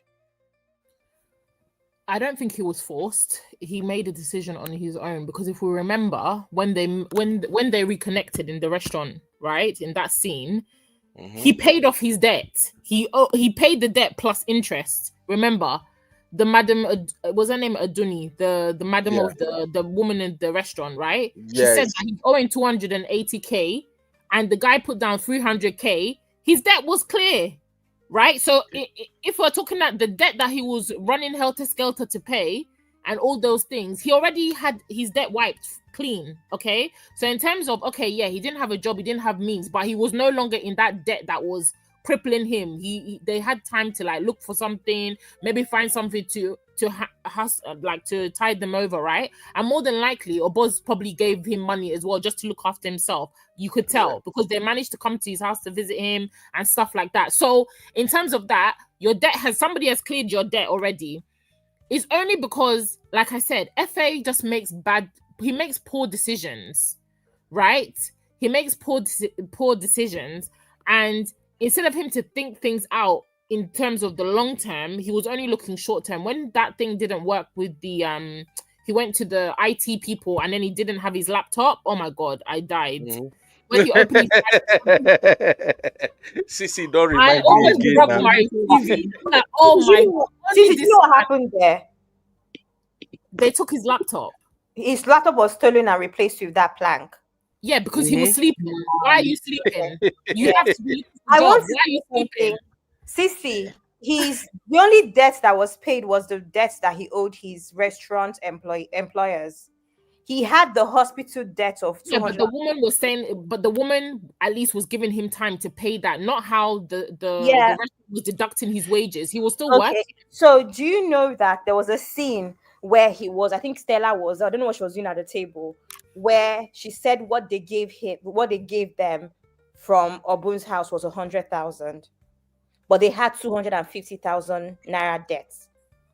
Right? Yeah, so I'm just saying, and then Stella made a statement like, so once we pay up a little bit of our debts, we're back to suffering, we're back to the grind. So I don't think that he had enough money. And in my own opinion, right, I believe that what people like Oboz do is they give you a little bit so you have a taste of what your life could be like. Because also inviting him to your house, you've seen all of that, the house, the food, all of that stuff, right? I think the idea is I'm giving you a little bit of what your life, could be like, so that you go back and think. And then you're more, that's why I said maybe pressured. That's how peer pressure works. Maybe but I feel like at the same time, it was his choice, because when he showed him the lifestyle and he said, okay, can you do this job? And then he was like, nah. Then they went into the car and he had the conversation. He said, nobody turns down my friendship. That's what he said. And he said, since you decided to turn down my friendship, fine, go. But in terms of the debt, like the way I was indebted to you because of my life and all this, he said, that's done. Like I paid my dues. Yes. You understand? Yes. And from that moment, there was no longer it's not like Oboz was holding anything over him. He let him go. And normally, somebody who's like criminally minded, they've kind of exposed you to their lifestyle. Maybe he would have just got rid of him there and then, right? But he let him go, and he said, okay, my debt to you, like you saving my life, I feel like I've also served my purpose as well, and I fulfilled my end of the bargain. I've wiped his debt. We're good. You don't want to join the business? Okay, go. He's the one that came back on his own, like a rat in the rain. He came back on his own. He didn't have to use the money. He didn't have to use the 100k and pay the hospital. He could have used that money and done something else and maybe made that money become 200k. But that's what I'm saying. FA doesn't think long term. He saw the money, he paid his debt. Maybe somebody who's street smart, somebody who's entrepreneurial would have used that 100k, said, you know what, let me buy supplies and at least With that money that I'm making from this little business, from this 100K, I'll be paying the money to the hospital bit by bit. He had a good rapport with the woman from the hospital already. If he went back to her and said, look, I've been able to get this job and I'm making this amount of money and I'll be paying you, do you think she would have refused? That's what I'm saying. He doesn't think long term. He just went, bam, gave the whole 100K, then you're back to zero. Come on. That's not street smart to me personally. If I was in his shoe, I would have tried to use that money to do something to try and make that money stretch and then negotiate maybe a cheaper rate to be paying the hospital, because after all, his major debt was the one from the restaurant that had been wiped. So that one, he could have paid that in installments over time. He didn't need to pay the 400. And then also he was not letting his wife go to work. All right. Thank you, Cece. Let's quickly extract a couple of lessons around that their friendship and what they got going. And I need everybody to actually put on their thinking cap, even those in the chat. Let's look at something here. First off, Oboz wanted to offer him a job.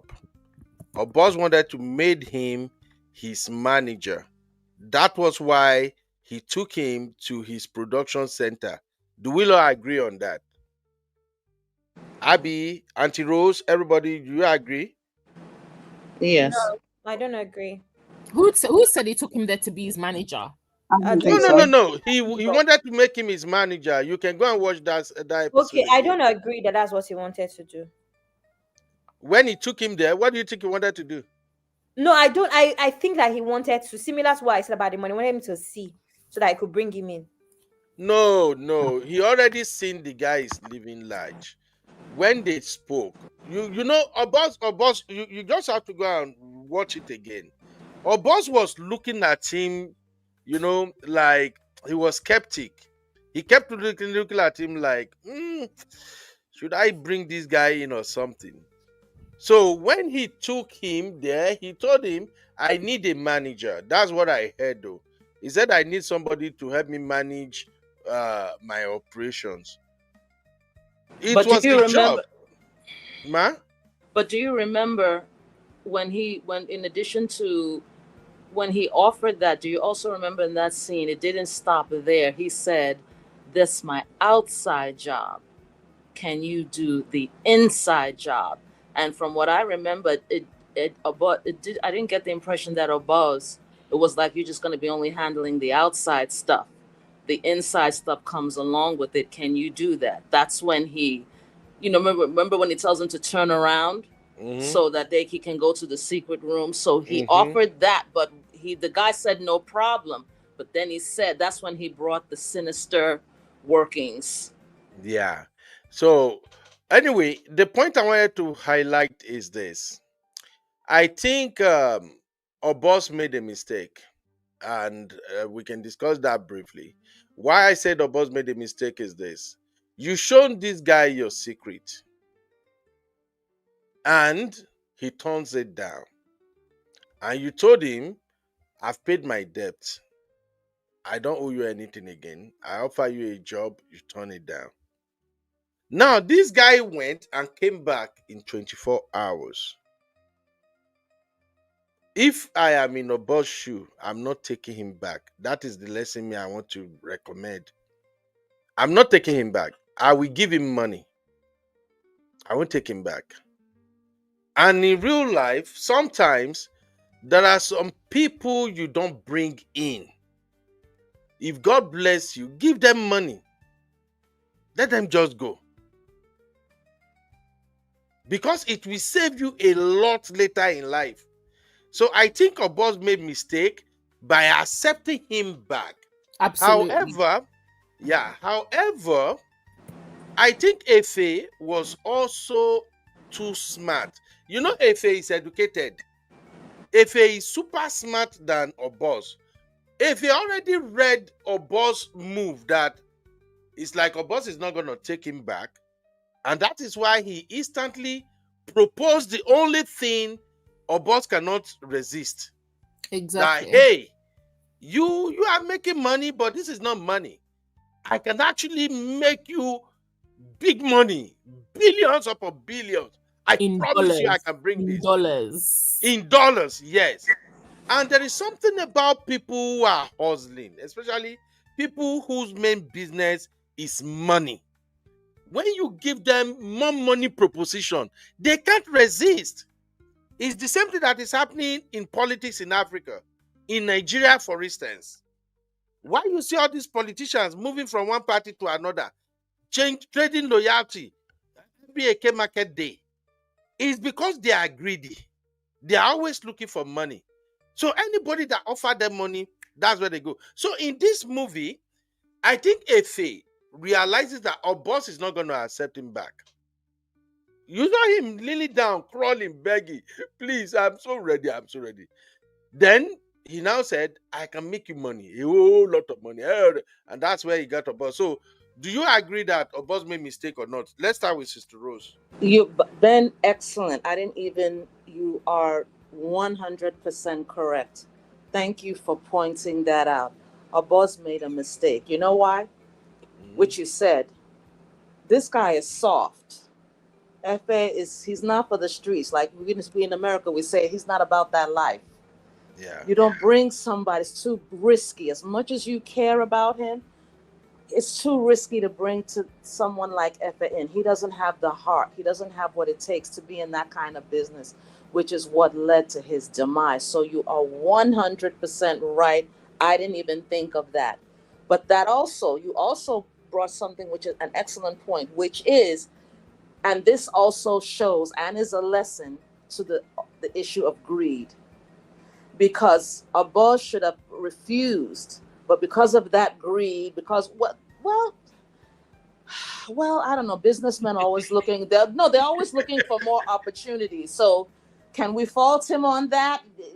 Because they're always looking for more opportunities. But at the same time, this was where the mistake, I guess he couldn't have foreseen that this would have happened, but this guy is not, Efe is not about that life.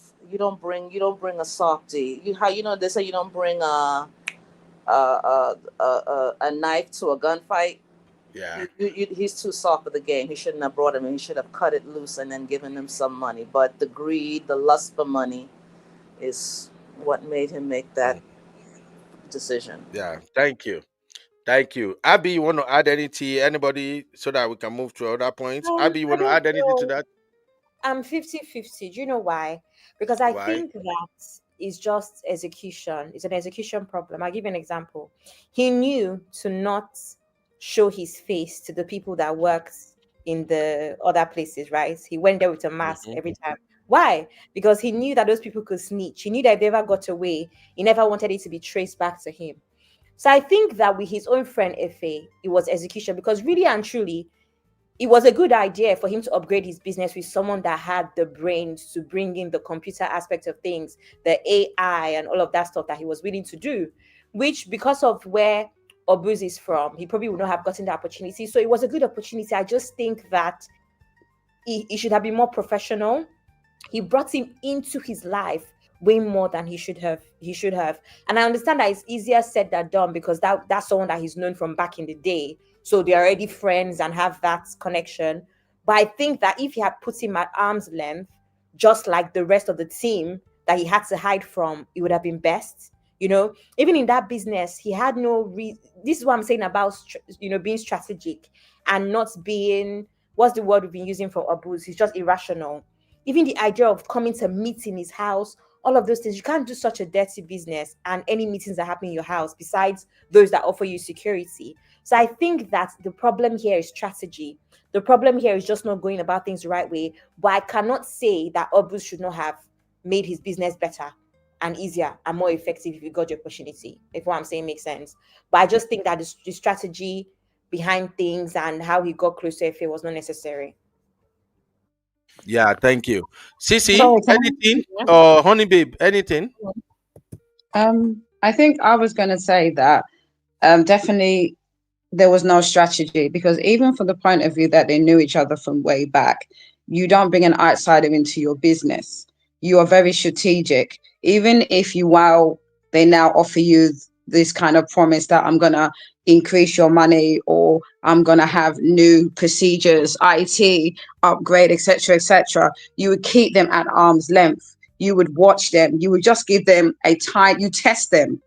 You would test them on certain things. You wouldn't just put them quickly into the business. And that was the mistake that Oboz did. I think that was the problem. I think he was too trusting because they had that relationship from way back. And like I said, you know, in this type of criminal activity, you have to be very careful.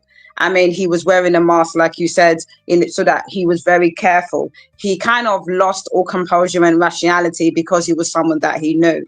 And I think that was his downfall. He should have been very strategic, tested him, only showed him, you showed him to the house so that if anything happened, that, you know, he could have easily led the police to him. You understand what I'm saying? In the very beginning, he was very careless because of that emotional connection. And if he's supposed to be a G like he was, he should have not allowed emotion to rule him. He should have been very strategic in how he deals with anybody, a friend, regardless of if they're a friend or not.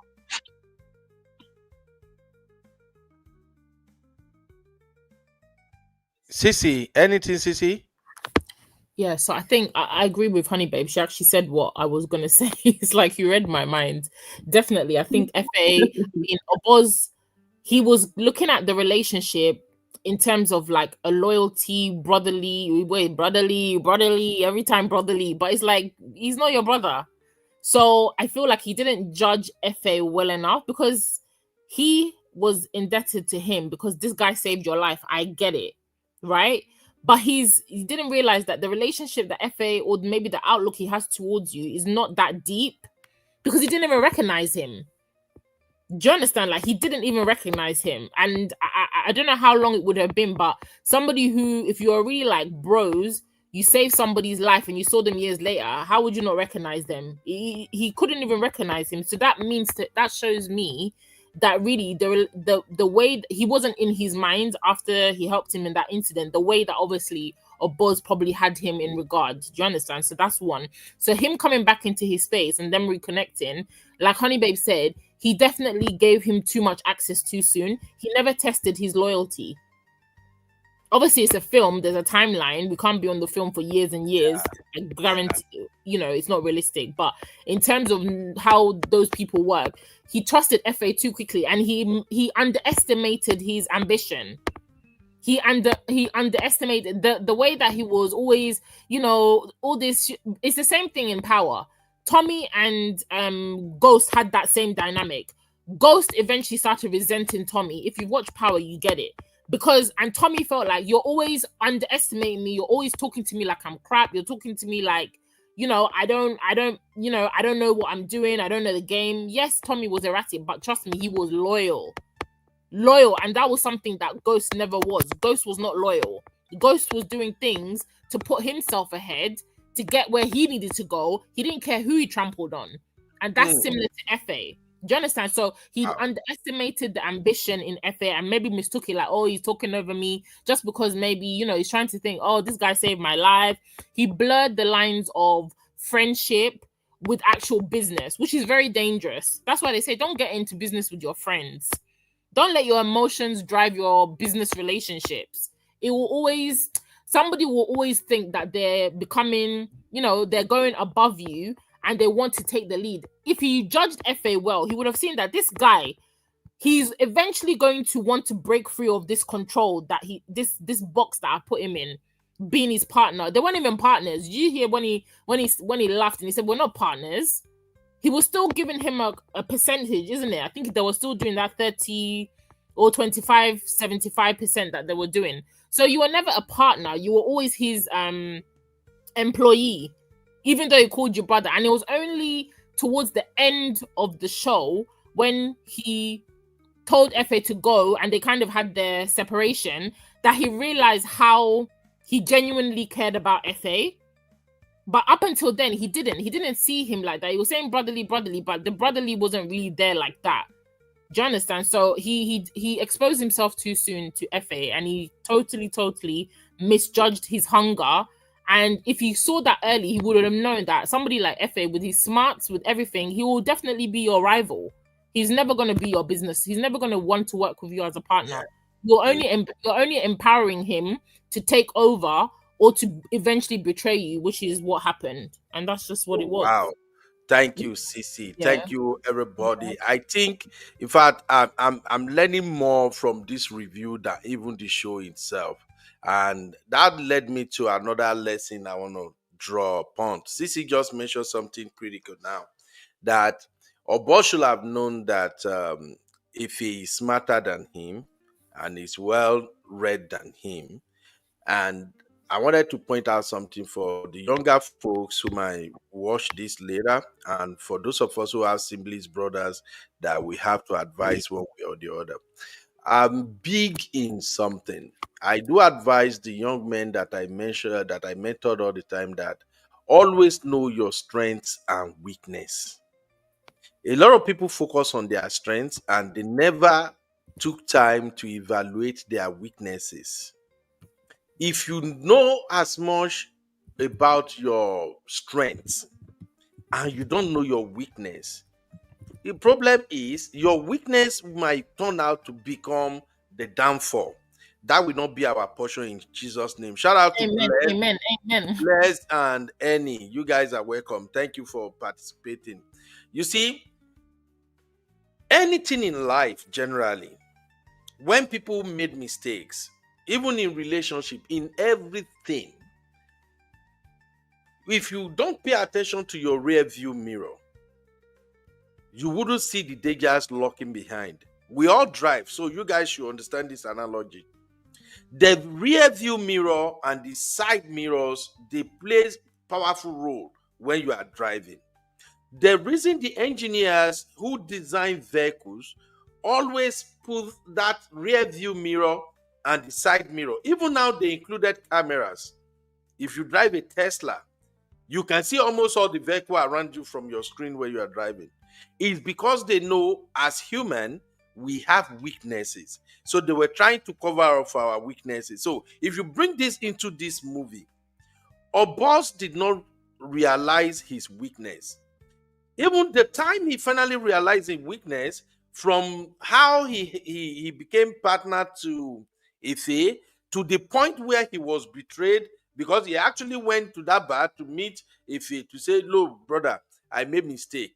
My drinking habit is causing me this." That drinking habit on its own is a bigger weakness. So I want to bring this into this conversation now. First, let's look at the strengths of Ife. Like I've said earlier, Ife knew exactly Obog's weakness. He knew Obog is greedy. Obog is into the business of making money.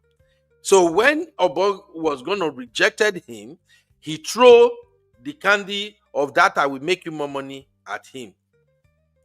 When Obog finally buy into that idea that, oh, wow, so we are going to use AI, we're going to get people to send us money, so freaky easy. And Obog saw the potential. That's one of the strengths of Obog. Obog knew that, yes, what this proposal this guy is bringing, we can really make this money he promises. But Obog did not think, Obog didn't see it coming, that if he is going to present to him a counter offer of, rather than me being your staff, I would rather be your partner. And as your partner, I want us to go 50-50. If a new Obong will never agree to 50-50.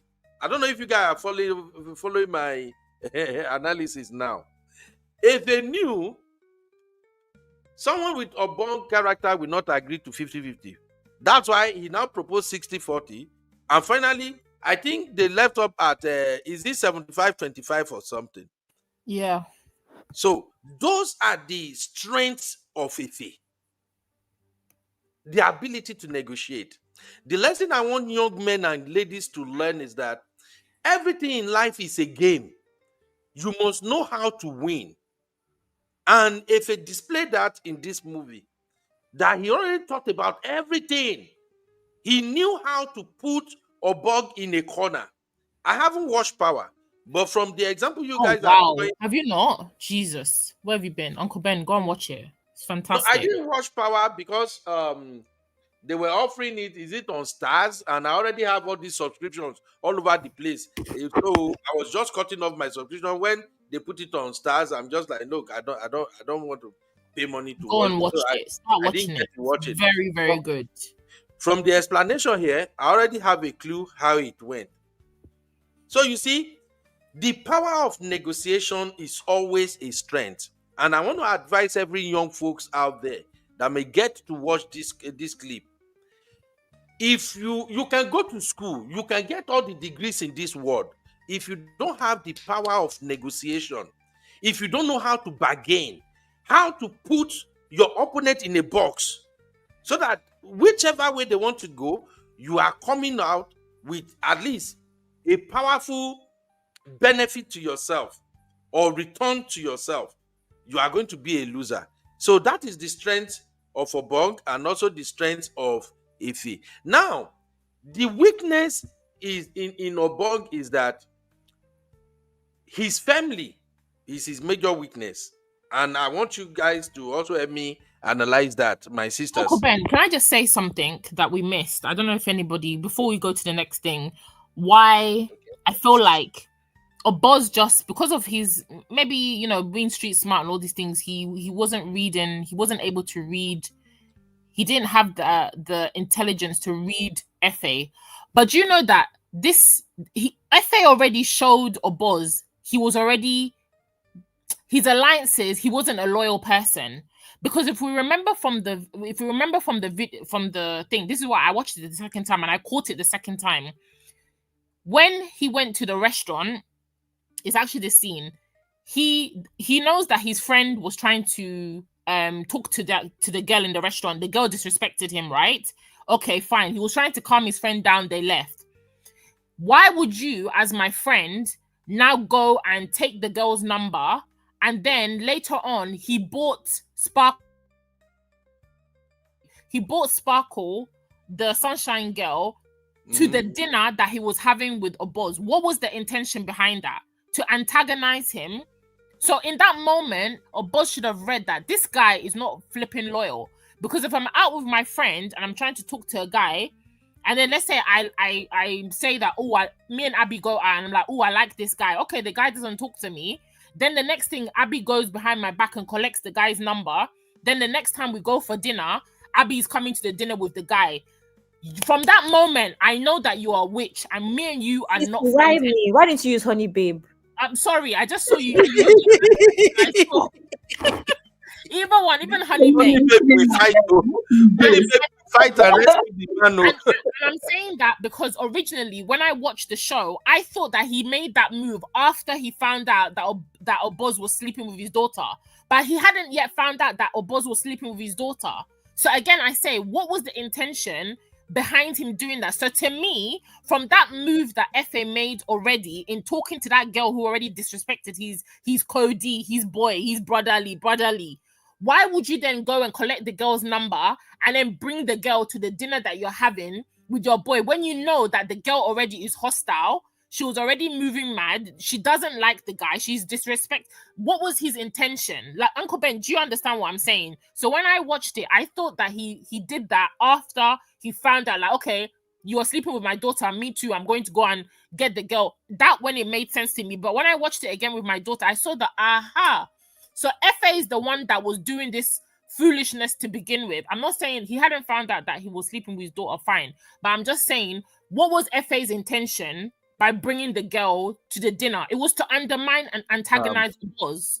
Do you understand? Okay. And that's not something that your friend does.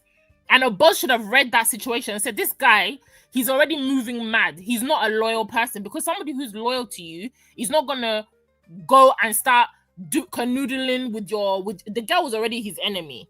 Okay, if we look at it plain and simple, he wasn't effing with the girl. He didn't like the girl didn't like him. So what was his intention with aligning with Sparkles and bringing the girl to the dinner? Okay. From that moment, I said, nah, Oboz didn't read Efe. He should have known from then that this guy, I need to put my good eye on him because he's already moving mad. Okay, let me explain it like this. Maybe anybody on the panel can see it the way I saw it. First off, I don't think he knew if he was gonna be at that restaurant when they were going for that date, when he was going on that date with Sparkles. I didn't think he thought. Actually, he did. No, he did. No, Oh, Oboz really? didn't know. Uncle Ben, that's what I'm saying. Oboz didn't know. Oboz made that dinner without him. FA called the restaurant because he was trying to meet up with him, but Oboz was ignoring his calls. So somehow I think he got like maybe a group text that was saying, "Oh, dinner at this restaurant," and then he called the restaurant and said, "How many people?" "Oh, I need to check my booking." And he said, the lady said, "Oh, what's the name? What's the name of the booking?" And he said, "Oboz." And the lady said, "Oh, is it this Oboz the boss?" And he's like, "Yes, it's the one." So then he called the girl, the Sparkles girl, and said, "Oh, I want to take you for dinner, blah, blah, blah." Then he took the girl to that restaurant where Oboz was. He came there on a date with the girl. I think that is a brotherhood thing. I think it's a brotherhood thing because What's at that the name? point he already found out that Oboz was sleeping with his daughter. No, he hadn't. He Okay, hadn't. let me explain, Wait, Uncle Benno. I want he you to correct me. I want you to correct me if I'm wrong, right? He hadn't found out then. What I was thinking about is I actually thought that's what Uncle Benno was going to say. What I was thinking about is the fact that, see, besides the actual wives, a lot of these boys in this shady business mess with the same girls, and it's not a rule, right? Now, thinking about it from our own point of view as normal people, I would see that as, wow, you don't really like me, right? If you showed up with the same person that I even told you I like, I told you I have a crush on, let's even assume that I'm not even talking to them yet. To me, it rubs me off the wrong way. I avoid stuff like that, one. Second, now imagine that I've now told you that I've made my move and they reject me. So you know how I feel. I feel strongly about that person. It would rub me off the wrong way. But from what I hear with escorts and all of that stuff, right? Even that same restaurant you're talking about, that other girl, she's a popular actress on YouTube that was sat beside Oboz at the time. Mm-hmm. You saw that one of his security guys touched the girl's bum. Like, it's normal in that's why I said, Uncle Benno, I don't know if you know what I'm trying to say about the street life and the girls that they don't rate, they pass around each other. So I don't know if it's something that he would have been offended by in that situation. That's what I'm wondering. If he would have been offended. Oboz was offended because the girl disrespected him. It's not like it's not just like he pulled out a whole GUN to the girl and she washed him down good and proper in front of his boys, so that type of disrespect. It's not disrespect like I'm not interested. Okay, shift. She disrespected him in front of everybody to the point where they got chucked out of that. No, I hear you. I'm just saying. I'm just offering like I feel like dynamics. I just feel like dynamics. you should have read that situation and just seen already that this guy already you're moving mad. So Uncle Ben, you need to go back and watch that. It happened way before. I think it was after that dinner. He then called his daughter. And the daughter wasn't answering the phone, and then she butt dialed him, and then he heard they were together. Then he went to the daughter's house. So it was before that. He did that before. Yeah. Okay. All right. Now let me bring another angle to this conversation, and this one could be Baz Bush. This is where I said we had a conversation here one time when I said about the video, when I said that many Nigerian ladies, they know that their men are cheating and they will condone it, but because the money is there, because they are living the jet life, they will simply don't give an F. But when they come online, they will start saying, "Oh, leave him, he's a cheat, leave him." Now I want to bring you guys back to Oboz's wife and Nota. When Nosa confronted Oboz's wife and said, "How do you manage with your husband and all of these ladies that he's parading?" And instantly, Idia gone mad. She went from 0 to 100. What are you going to say about that, sisters? Is that not a reflection of how ladies are moving in this day and time? being with a man who is a cheat, running around, but because they are the main woman, they are the wife, they will just say, well, at the end of the day, he still come back to me, he still come back home. Would you ladies hold your gender accountable for that? Sister Rose, what do you think about that particular area of the movie? It was the kind of woman that she was. Oboz's wife is a reflection of her. They were like almost mirror images of each other. And it depends on the person who you're talking. She is kind of very flamboyant, non-conservative. Women like that, they accept that as part of the deal. If you watched the movie the Prey, it was something. Prey was in it. It was one of the Tyler Perry movies. It was a better movie. And this woman, the daughter-in-law, went to this woman and was complaining about the son's infidelities. And the mother-in-law told her, I never liked you. You were a weak little thing. She said that if women like you want to enjoy this type of life, you have to tolerate this type of thing. So there are some women who feel like, this is just part of the game. He's a rich man. He's a wealthy man. This is going to happen. Women like that, some women, and I'm not judging her, I absolutely love her character. She's my second favorite in the movie.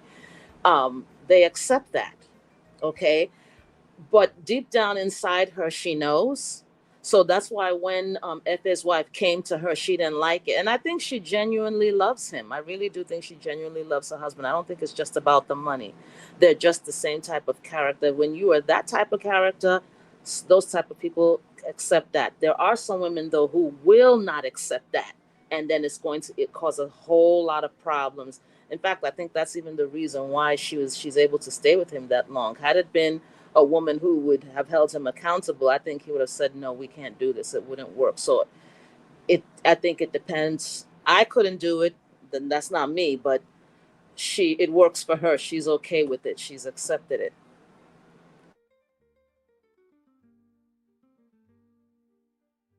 Okay. Abby, do you have any reservation with that? Uncle Ben, I didn't hear the question. The question is, what would you say about a woman that moves like India, knowing that his husband is a cheat, that her husband is a cheat, and when they brought it up, she just flew up in anger? What do you think of such women? Generally, or based off of her own character? India character. Uncle Beno, that girl's character, she's a ride or die. Even up until the end when she was willing to look at how she pied Efe, knowing that she was probably going to go to jail for it. She's a ride or die. So she was never going to leave. I think he's very expected. I wasn't expecting her to do otherwise. In terms of how she flared up, I'm not going to lie. From my own perspective, there's a way that you approach stuff like that. I think that, because when I think about it, I've had a situation where I saw my friend's husband somewhere that he shouldn't have been, and I didn't know how to handle it besides actually talking to him. You can't actually just go to someone and talk to them about, oh, how do you handle this thing? Like, what are you on about? I actually don't know what you're on about.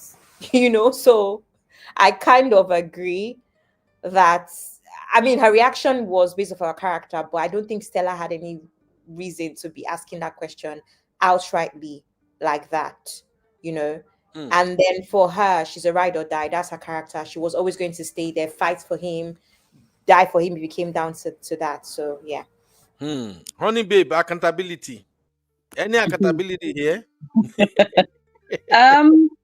Like Abby said, there's a certain type of women. There's a certain type of woman that obviously this is probably a reflection of most Nigerian women, that as long as they're getting something out of it, whether it's emotional love or all the bills paid, they will literally go to the bitter end with their man. So yeah, to me, this type of film definitely there's a mirror being pulled up on us in terms of the reflection of the type of society we have and the community we have. And this is the average Nigerian woman that's in marriage. It's nothing new. And like I said, we all have our, all of us here may have our own opinions that we wouldn't accept that. But to me, that's just a litmus test of the average Nigerian woman that's in a marriage, as they don't care. As long as the kids are looked after, the bills are paid, the school fees are paid, they don't really care. And like I said, it's funny because we had conversations a couple of weeks ago regarding the consequences of not being in Delulu land and not, I think, I can't remember, there was this segment where a lady wrote to, is it Dr. Shola? And the HIV thing. This is the extreme where this is what happens when you decide that I don't really care. I don't care that he cheats. I don't care if he's a pathological cheater, but you go the extreme where this is the consequences of you closing your eyes to these type of things. But I think that in terms of accountability, I say this all the time, that whoever it is, if you're happy to stay in that type of relationships, deal with the consequences of your choices. Okay. Now, still talking about cheating, let us look at Nora and Efe when their daughter was attacked at the hospital. Sisi and I, we actually had the conversation about this, and we argue. Make I no lie, me and Sisi argue. Always. So here's the thing for me. I hope everybody remember that scene when Efe came to the hospital after teacher sent an assassin to come and eliminate the daughter and the wife, and the doctor saved the day. The moment Efe got into that place, the hospital, it's like Efe knew something was off between the doctor and his wife. So why the wife was of the opinion that, oh, you should be thanking the doctor, you were not here. If you have been here, it would be different, but this doctor saved the day. If it was coming from the angle that, hey, your hospital is porous, your security is lacking. If you have had a better security, nobody could have come here to attack my daughter. And then Nosa insisted that you should be thanking him. And if you feel like, oh, you want me to be thanking your doctor now, blah, blah, blah, blah, blah. So as a man, I think men knows when something is off between their wife and a potential man that they may likely sleep with. Do we agree on that one or not? Auntie Rose, you see that one? Did you saw that particular scene? Yeah, I saw the scene, but I don't see why in that particular scene. For me, I wouldn't have thought that. Not in that particular scene. Okay. Abby, how about you? Yeah, I agree with Sister Rose. Really? Honey babe, you don't think if he knew something was off? Not really, because you would have thought that his attention would have been regarding his daughter, so I didn't see it, no. Oh my God. Sisi, this is what... Okay. Sisi, you want to say the same thing, right? What was the question, Uncle Ben? Sorry. The question is, do Efe seems to suspect something is going on between the wife and the doctor? Yeah, he did.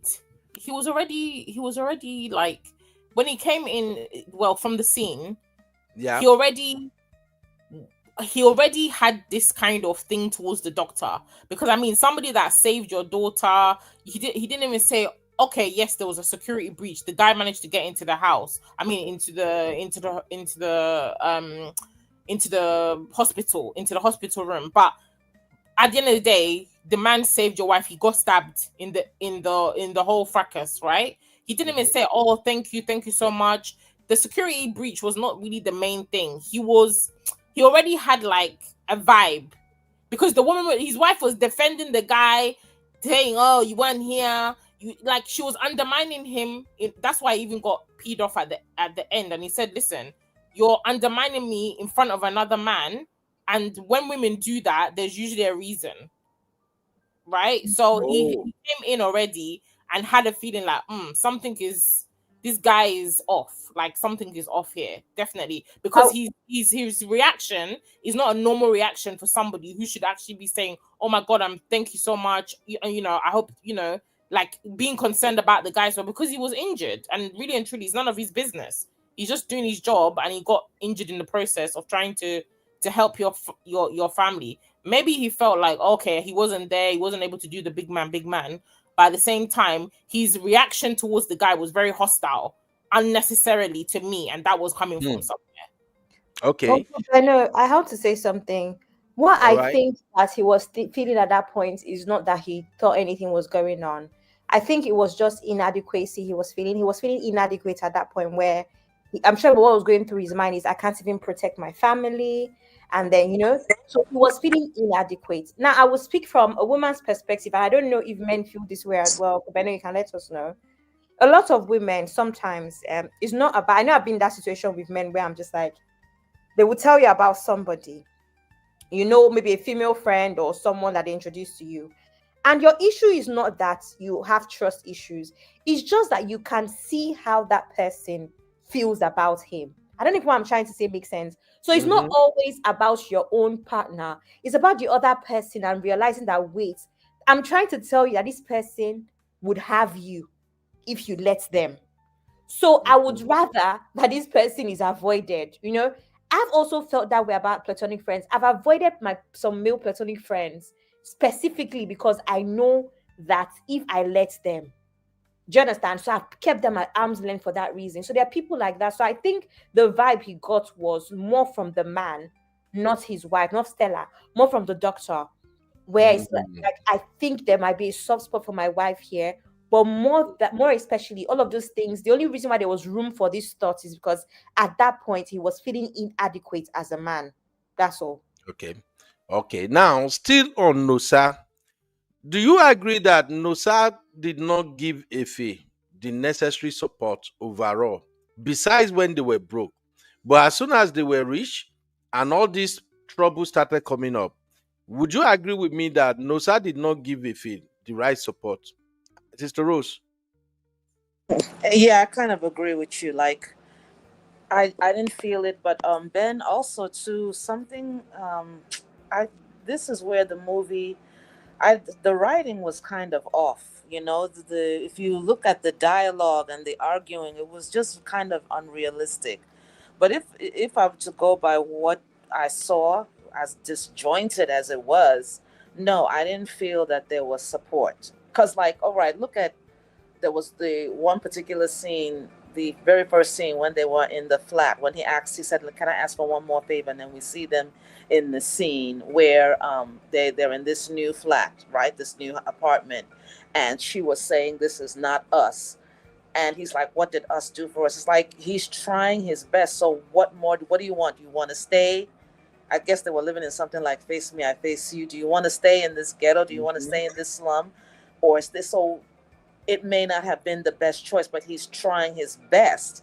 And then when they got to the other scene, she kept on arguing with him unnecessarily. He's really trying to make the best of the situation. And I didn't think that the understanding was there. How about you, honey babe? Honey babe? Yeah, sorry. I was lying down for a sec. Yeah. Yeah, you think Nosa gave Efe the right support? No, it isn't. No, but I think that was intentional in the script because there's a progression. There's a reason why we got to the stage that it is. I mean, one of the reasons why he got into the criminal activity is because of probably not the support, the stress, the arguments, no food, the kids are crying. So obviously the script was intentional to build up the progression, to show the reason why, the cause and effect of him going into criminal activity. So definitely no, but I think that's intentional and that was supposed to be in the script. How about you, Sissy? I think we're missing. What about her mother?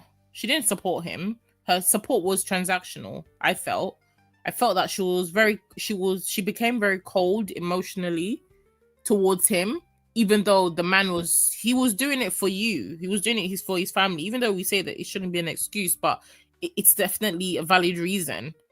You were the same one that was crying that you couldn't produce milk for your baby. What did you want him to do? Do you understand? So in that, I didn't like how her character went about. She became very self-righteous, but then at the end, you still wanted to reap the rewards of his criminality to live your life. It's like, girl, what are you saying? And at the same time, she's already moved on with her doctor boyfriend. So you don't need the money. Do you understand? But she was like, oh, I want, sign this and, sign the divorce papers. And then she wanted the proceeds of the criminality to fund her life moving forward. So it's like, what do you want? I just feel like Nosa didn't really have an identity. And because of that, because she didn't build her identity, she didn't really have anything. I mean, we didn't really see her doing anything in the movie in terms of like she wasn't having a business, she wasn't, all these things. So I feel like, and the fact that she was drinking all the time also shows that she had some kind of internal battles herself, and then her issues with her mum as well. So I feel like she resented herself, but then at the same time she was leaking that onto Efe, because really the guy was trying. He was trying for you. Yeah. And you are right there behind him, reaping all the rewards. But then how you want to act like, oh, it's beneath you, but then you're still the same one that went to collect the money from those accounts. So make it make sense, I didn't like that. I didn't like that about her, and she didn't support him when she kind of made everything like it was his fault. One, he didn't know about this. Exactly. She didn't try to understand that what he was doing, because really and truly he didn't know about the teacher situation. Oboz never told him, but she was like, oh, it's because of you. Okay, but were you behind him to tell him like, babe, we've made enough money, let's leave? I feel like if she had put that pressure on him as well, I think he would have probably come out of the game, because they had a good rapport, they had a good relationship. And when I was watching with my daughter's like, they were better off when they were poor. They were like in love, when they were poor, they were happy. Exactly. They were actually genuinely happy, So she didn't help the situation at all, because he was running helter-skelter for you and the kids. Exactly. Not just for himself. So she wasn't really understanding of that. She only understood when it served her. When it no longer served her, she was like, yeah, I'm not interested anymore. Yeah. Yeah. Thank you, my sisters, for And all also, these sorry, wonderful angles. she didn't speak. They said that she didn't speak at the court during the court case, and I feel like if she had spoken during that period in support of him, or even in court, she didn't. I mean, your ex-wife is not speaking. That already makes you look bad, right? Everybody came there to tell lies about him. She didn't even come to offer, even as the father of my kids. Okay, you know what? Let me come and say something in his defense, right? Against the stories that the lady was, the side chick, the son, the light-skinned girl, she was saying, oh, he was beating me, he was doing blah, blah, blah. But that wasn't the story. She didn't speak up in his defense. Exactly. So I just felt like, nah, girl, that was cold.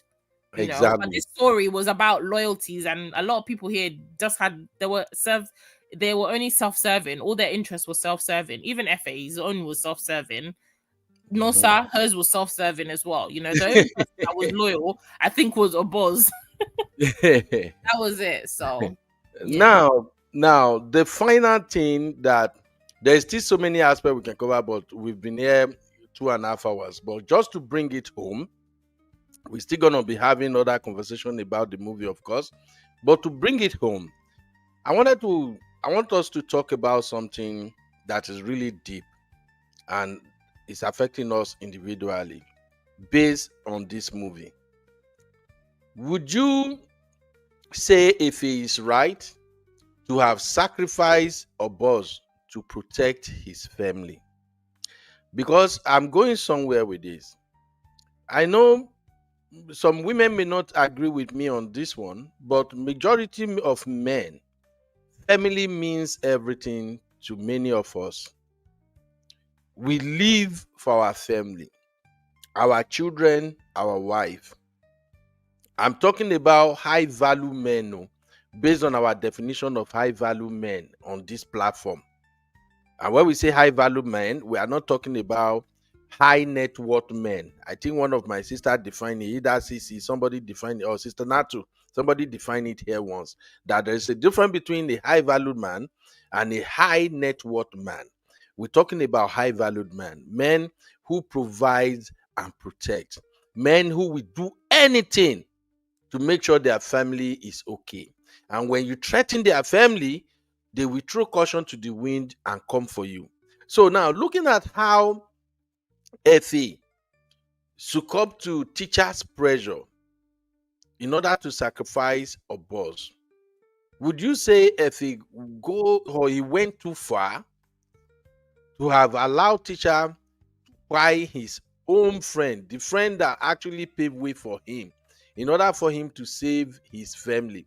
And remember, even after the whole thing, even though the wife has moved on and everything, Effie still went back. He wanted to run away with his wife and his children. And that is why he also betrayed Sparkus. So help us make it make sense as we are rounding up now. Is it worth it? If he did the right thing by sacrificing Oboz? Sister Rose, you want to go first? Ben, I think he had it. I think he took the decision that majority of people would do. I see it every day. People love their families, and I honestly, I think under different circumstances, I don't think Efe would have done that. I don't think Efe really wanted to betray Oboz. I think he really did see him as a brother, but it got too bad. We're talking about your children now. You're talking about your family now. So it's like talking about caught between a rock and a hard place. Yes, Oboz did all of this for him, but most of the time, what people choose are their families. So I don't know if I want to say, is it right? I can't say whether it's right or wrong, but I think he took the likely choice that I think majority of people would. It would be to protect their family.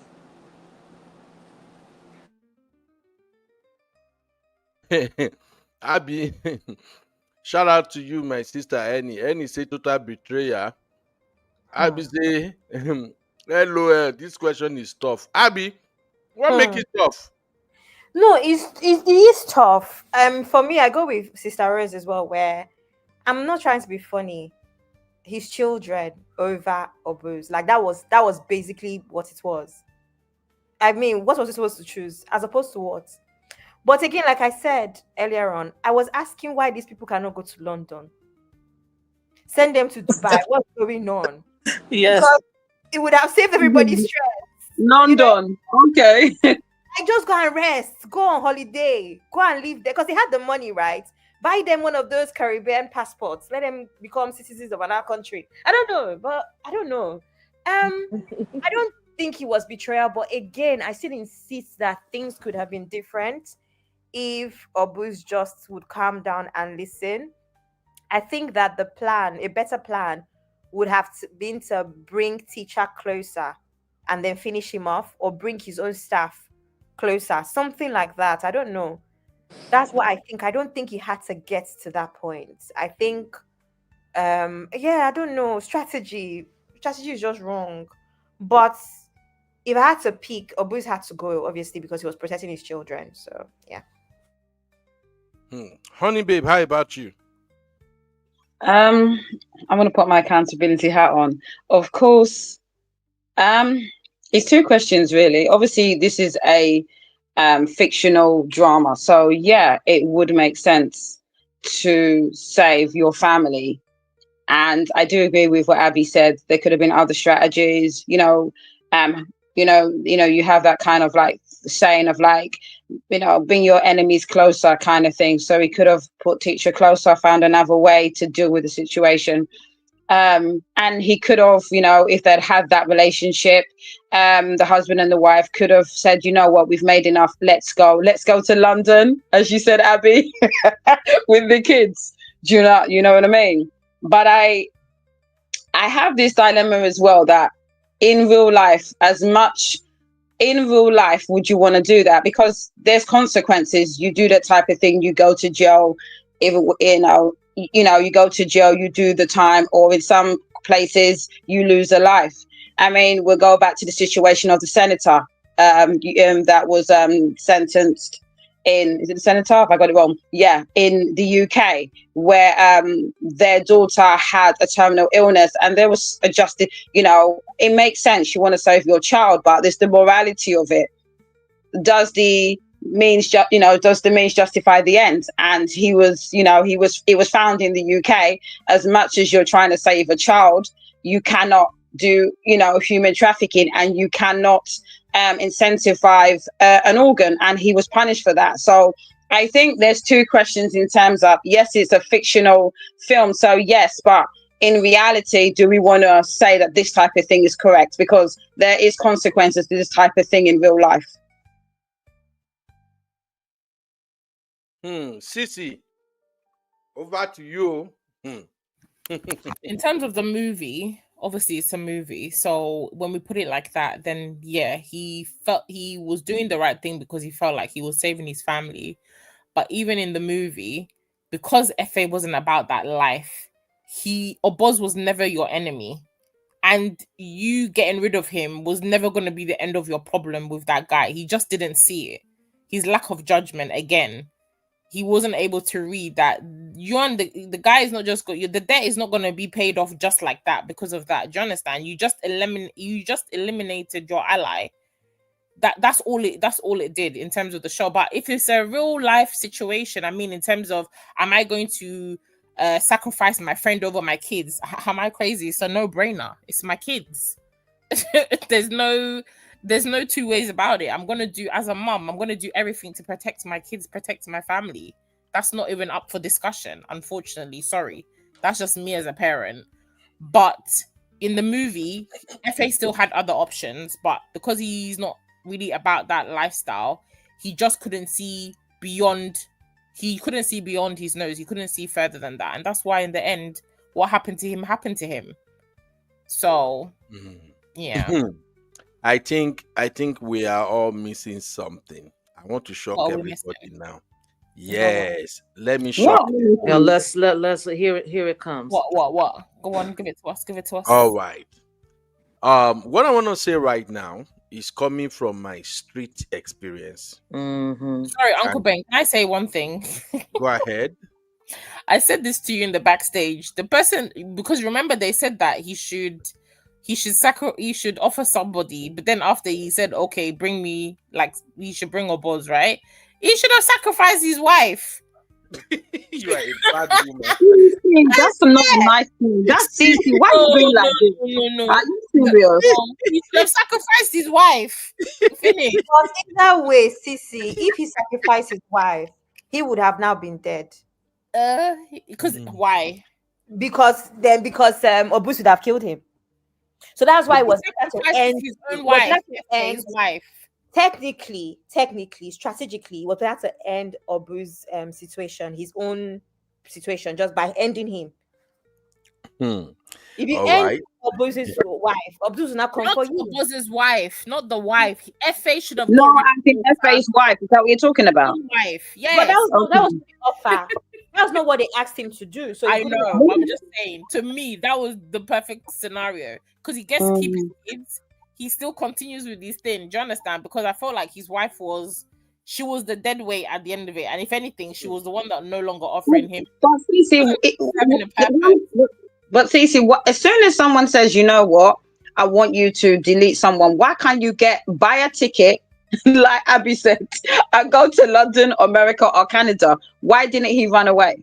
Yeah, but do you think that their reach doesn't go? I understand. I'm just saying because of this London thing that Abby keeps bringing up. I thought the same thing. I was thinking like, why is the country? Just leave. Yeah, they're also greedy. He wanted to keep getting more because this. Yeah, I agree. Yeah, I agree. That ended on part 3 if they went abroad. So I guess. Yeah. And the thing is, there was a time before he got to the stage where teacher gave him an ultimatum, tell me if I'm wrong. He had enough money. If those two had good dialogue, the wife and FA, they could have said, this is enough money. Let's go. Let's do whatever. There was a time where they could have said, it's enough. Let's end it. Let's move on. Exactly. But yeah, Uncle Ben, go on. I'm laughing. Do you know why I'm laughing? Go on. Okay.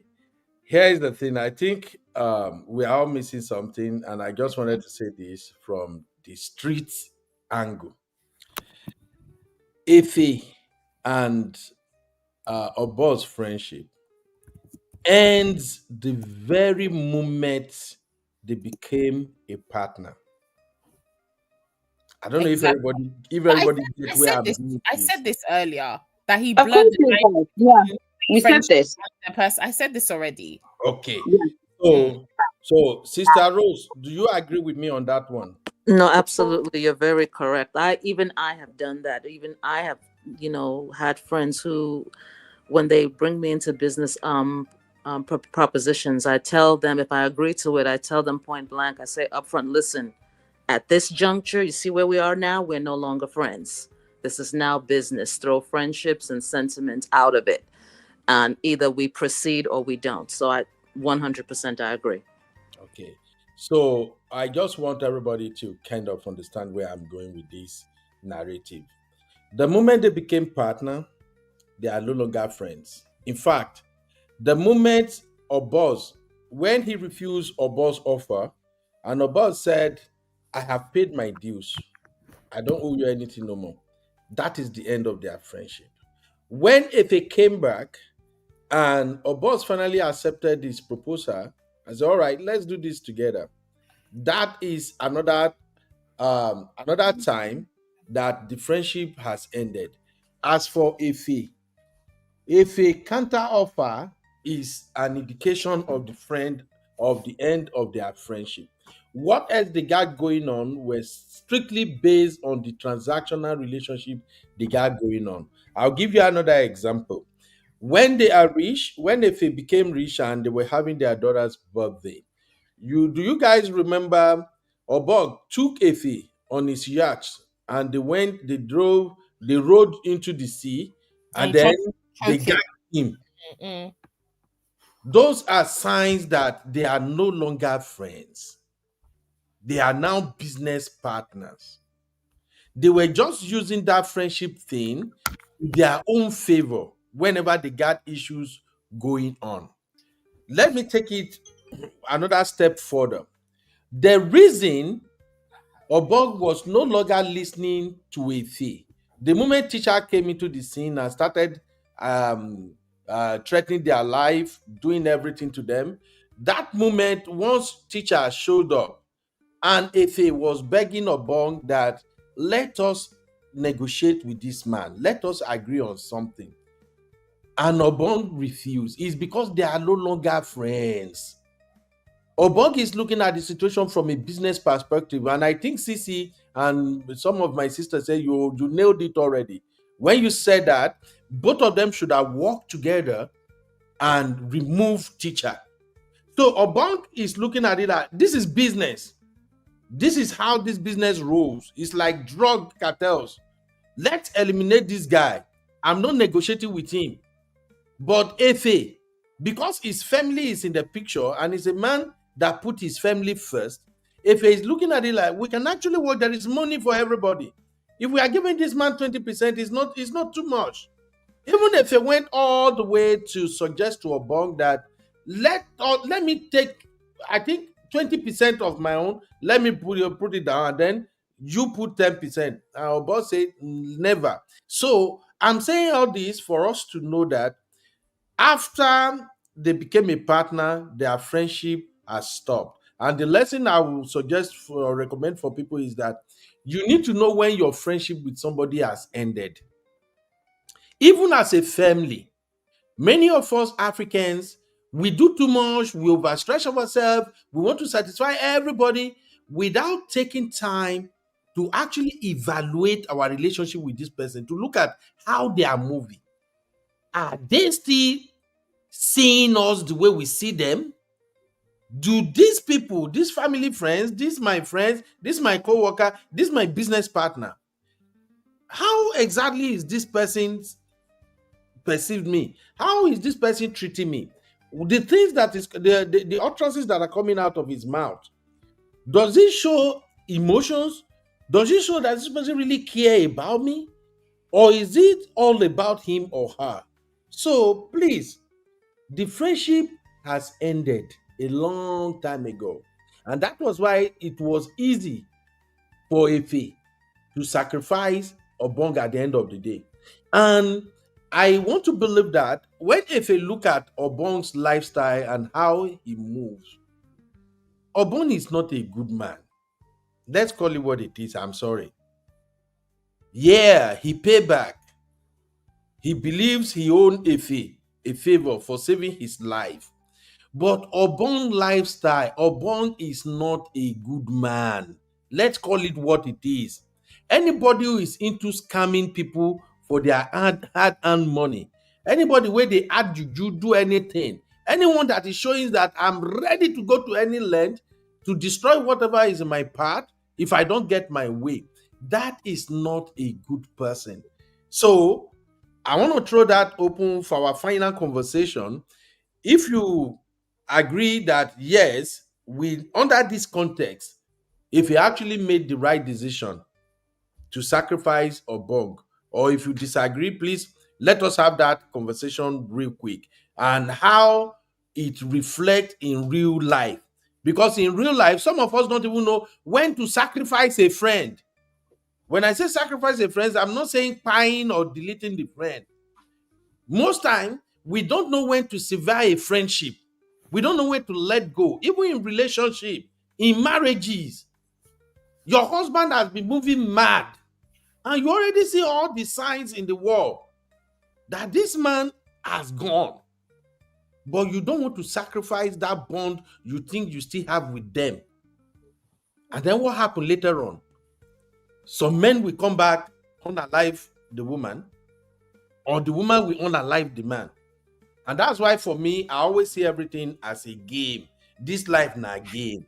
Embrace people when they embrace you. The moment they let you go, don't force it. You can make one or two attempts to see if you can rebuild. If it is not working, just let it go. That is my submission. Sister Rose, you want to add anything to that, man? Like I said, I think under different circumstances, I don't think Effie really wanted to take the decision he took. He just didn't. He was caught between a rock and a hard place, and he took the decision that most people will take. Then nobody's going to allow someone to, take their children for their friend. I mean, no, I don't see anywhere, and even in real life, I don't see where that is done. Ben, there was something you were saying about the. See, the problem I had with this movie is the writing. I found the writing very disjointed. It wasn't connected. It was like some things just threw me off. Now you were saying something about of both looking at everything in a business light. Mm-hmm. But if he did, the end in the final scene in episode 8, which is where Bucci was so dynamic, he was in shock. I think he was still okay, because even Efe, remember a lot of times when everyone said get rid of him, he said no, he drinks, he's this and that, he's still my brother. I'm like, man, Efe still wants to deal with this man as boisterous as he is. If you look at the end of the movie, when they aimed at him, Oboz stood in front of him. This is my brother. He didn't even say stand side by side. He stood in front of him to protect him. So I think he was still seeing Efe as his own. Is he a bad guy? Absolutely. Nobody will deny that. But even the devil has his friends. Okay? And then when he turned around and saw Efe was not behind him, he was in shock. He was in absolute shock. So I don't know, Ben. I think Oboz was seeing Efe based on that scene, not the overall thing. Based on that scene, I think Oboz was still seeing Efe as his friend. As ridiculous as that may seem, but I think he was still taking him that way. But yes, and here's the final thing, Ben. I want to say, when you play these dirty games, when you delve into evil and wickedness and things that are not right, I mean, I get that this was a movie, but most of the time it doesn't end well. You are hurting other people. You're getting money off of the blood and the pain of other people. Usually, this is always the inevitable end, regardless, many of the time. But my conclusion is know when to separate, get to the place where we're no longer friends, or jump ship. It's time to go.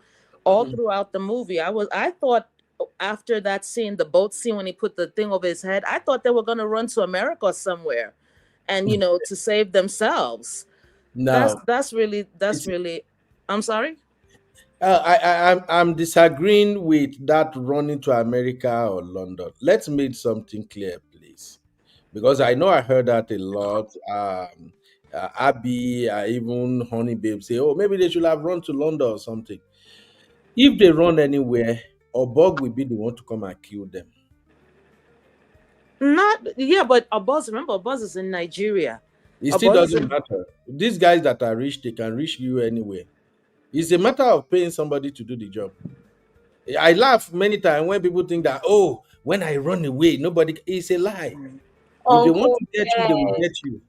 In real life, 1 second, in real life, why is it that a lot of politicians and all their families are based in America? Oh, good one, Abby. Good one. Good one, Abby.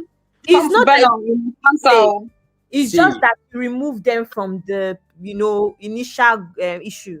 So that's not what we're saying. Everybody know a lot of high-profile criminals. Their families don't live in the same place they live. Go and check it. Whether they want to come out as criminals or not. It's just to remove them from the space. It doesn't mean they cannot be targeted, but it's the safest option first. So that's where I'm coming from. Okay. But what I know is that if people really want to get you, they can get you no matter where you run to. Take time. But if they truly want to get you, they might get you. And besides, if he made a lot of mistake, first off, with what if he bring into that business, there is no time if he is not going to end up deleting. If he is the heart and soul of that business, he's the one that brings the money. He's the bride. And with what he brings to the table, nobody will want him to go. That's just my point. But anyway, so you go. You don't tell anybody. You don't tell anybody when you go. You move in silence. It still doesn't matter. These people live in a different world, Sister Rose. They live in a different world. Also, I wanted to bring this out again, speaking as a man this time. Oboz already crossed the line when he slept with Ife's daughter. He already crossed the line. Men don't forgive that shit easily. Real men don't. That is a slap on the face. That is why I said their friendship has ended a long time ago. What was he thinking? What kind of a man in his rightful sense will be sleeping with your friend's daughter that's supposed to see you as a father? So that's just my point. So he's an immoral man, like you said. He's not a good man. He's a very immoral man. Look at what he does, touching women inappropriately. And his wife still stands behind him. He has no morals. Yeah, but then the onus is on FA. Like I said, again, misjudging the person. Because if I see you're moving mad, I see that you're cheating left, right, and center. I see that you sleep with your friends' wives, you sleep with young girls. Why is my daughter off limits? Mm-hmm. My daughter's not off limits to you either. So it's like he underestimated the guy. You can see that the guy sleeps with anything in skirt. You have a beautiful daughter. Your daughter is not a child. In the movie, she's meant to be 22, 24. Mm-hmm. She's prime. She's the type of girl that he will go for. Why is your radars not up? Like, my daughter. Do you understand? Like, no, you should read it. You know your friends and you know what they're capable of. Mm-hmm. Do you understand? Mm-hmm. I know somebody in my, like, a friend of a friend. I remember the guy said he started dating a woman, and the woman had a teenage daughter. She had a daughter young, probably someone like myself, right?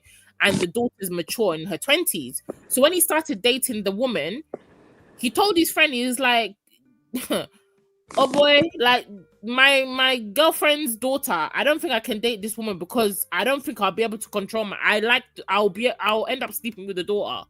So you know yourself, Jonah. So if a friend tells you something like that, but you'll still be smiling and grinning teeth with him and thinking that your own daughter he won't sleep with. Who's the fool?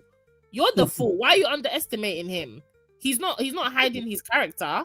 You're just misjudging him and compartmentalizing your child and saying, "Oh, he's not my child. He's gonna touch." No, he knew who Oboz was. Oboz never hid it.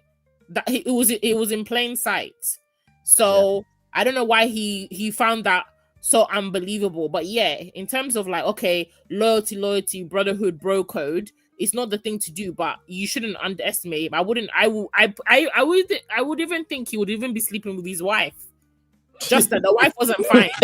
Of course. Because he doesn't have boundaries. I want to say something. He doesn't have boundaries. If somebody doesn't have boundaries, then you don't do anything past them. It's just that his wife was not fine. His wife wasn't fine in the movie. That Oboz he wouldn't really be interested in her. But he was already saying, your wife, you like better things. When he saw it, was like, all this type of thing. You can tell these men that will just sleep with anything. Your radios need to be up. And his radios was not up because he thinks, bro code. But your friend is a dog. And he will lay down with anything. So, no surprises. Abby, you wanted to add anything? To say that, then it means that Oboz actually deserves everything that he got, because I'm going somewhere. On this same show, I said it before that people that are happy to be friends with people that are frauds or do 419 and all, like I said, to me that's a cheat, and it's only a matter of time until they cheat you. I've said this in a previous show before. You think that you can get into business with them, or you think you can bring them around your family and your friends. They're not what's the word? They're not people that they're not trustworthy. They are dishonest. So why do you think that because they only scam Oyibo, it will not come to you one day? I agree with that. But then in line with that, because remember that Sisi said, what's his name, Efe, is self-righteous, all of these things. In line with that, I just think that generally Oboz is a problematic person. From sleeping, because I don't know how you can be in a situation and not have boundaries. And that's what I'm saying. I said this in the beginning that Oboz, the reason why he got to where he was is because he had no boundaries. Even with the boys that protect you. They tell us this thing all the time. When we were growing up in Nigeria, what they tell us, be nice to your domestic staff. They are too close to your food. Be nice to your driver. They can give you to kidnappers. It's the same thing. You have boys around you. Yeah? Yeah, go ahead. I say excellent point. You have boys around you that are always with GUN, that protect you. Look at how you talk to them. The same thing now. If it's self-righteous, but any little thing, now me bring you out of gutters. Now but he did. Now me do that. But he did. But is that how you talk to people? But F.A. did the same thing too. He was saying, doing indirect. He was doing subliminals. He wasn't an You too. He was giving him Abby. He was giving him jabs. He was giving him blows, but only he was coded with intelligence. It's as if it's particular to. They were doing the same thing to each other, but he did bring him out because sometimes you need to remind people, like, hello, you're getting to be for your bitches, but I'm saying that if you want to come with that argument, well, how about Oboz? Oboz did it to everybody else. Every single person else, he did it to. So that is not a character that is consistent with Efe, but it is a character trait that is consistent with Oboz. But to be fair to him, Abby, he was feeding everybody. He's not lying about that. He was said to the guy, he said to the boy, no, they were working for him. Yeah, they're working for him, but it's through working for him, he's the one feeding them, isn't he? Okay, he should do it himself then. See, that's not how it works in team. Okay, why is he not doing it by himself? Because he needed everybody needed him. Absolutely, but the point that he's making is he did bring him on board. You know what I'm saying? I'm saying this thing because I've literally had that situation with a friend recently where I decided I'm not going to be friends with her anymore. Because guess what? At this point, I'm more beneficial to you than you're beneficial to me. Don't talk to me anyhow. I'm not your child. Shots fired. Don't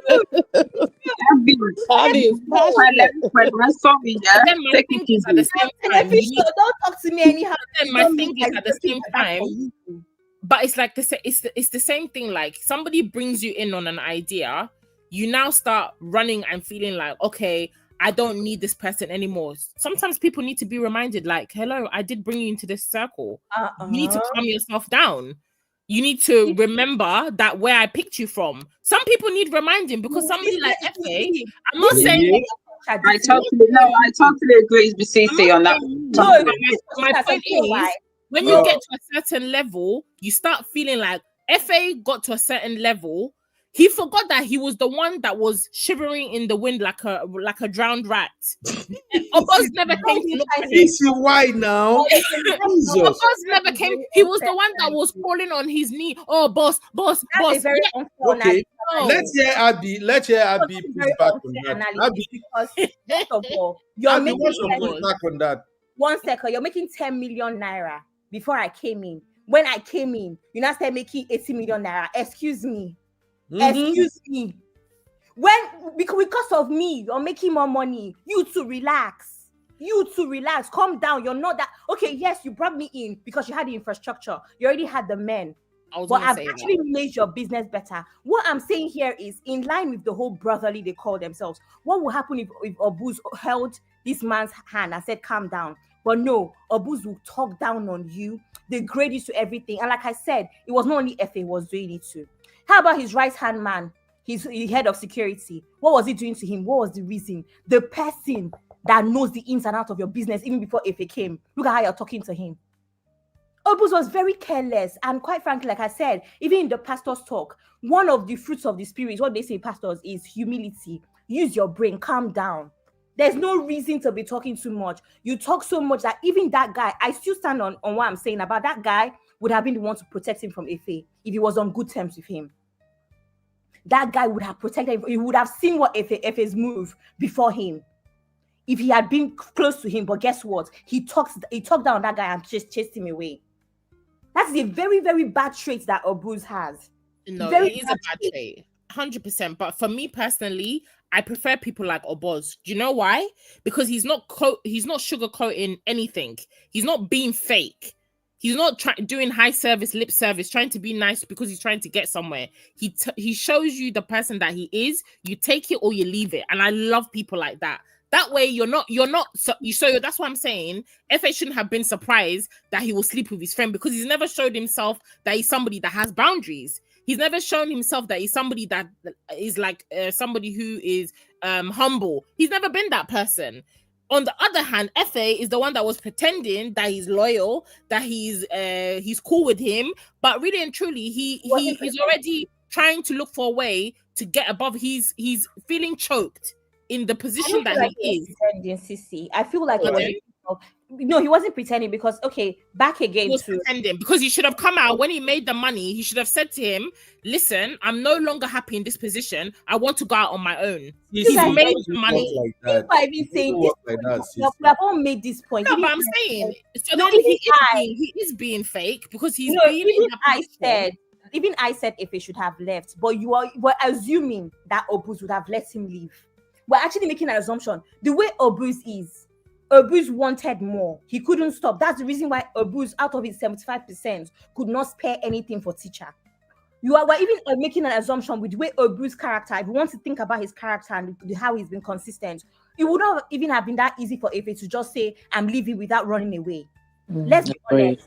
Agreed. That's usually how men in that business are. You can't leave like that. You can't even, I'm taking 25% from your own 75. You cannot say, okay, let's negotiate with teacher to give him another 25%. That enough shows you that Obu will not have allowed what's his name to leave. He won't go anywhere. Yeah, thank you. Not allowed him to go. Thank you. He won't go anywhere. I made you.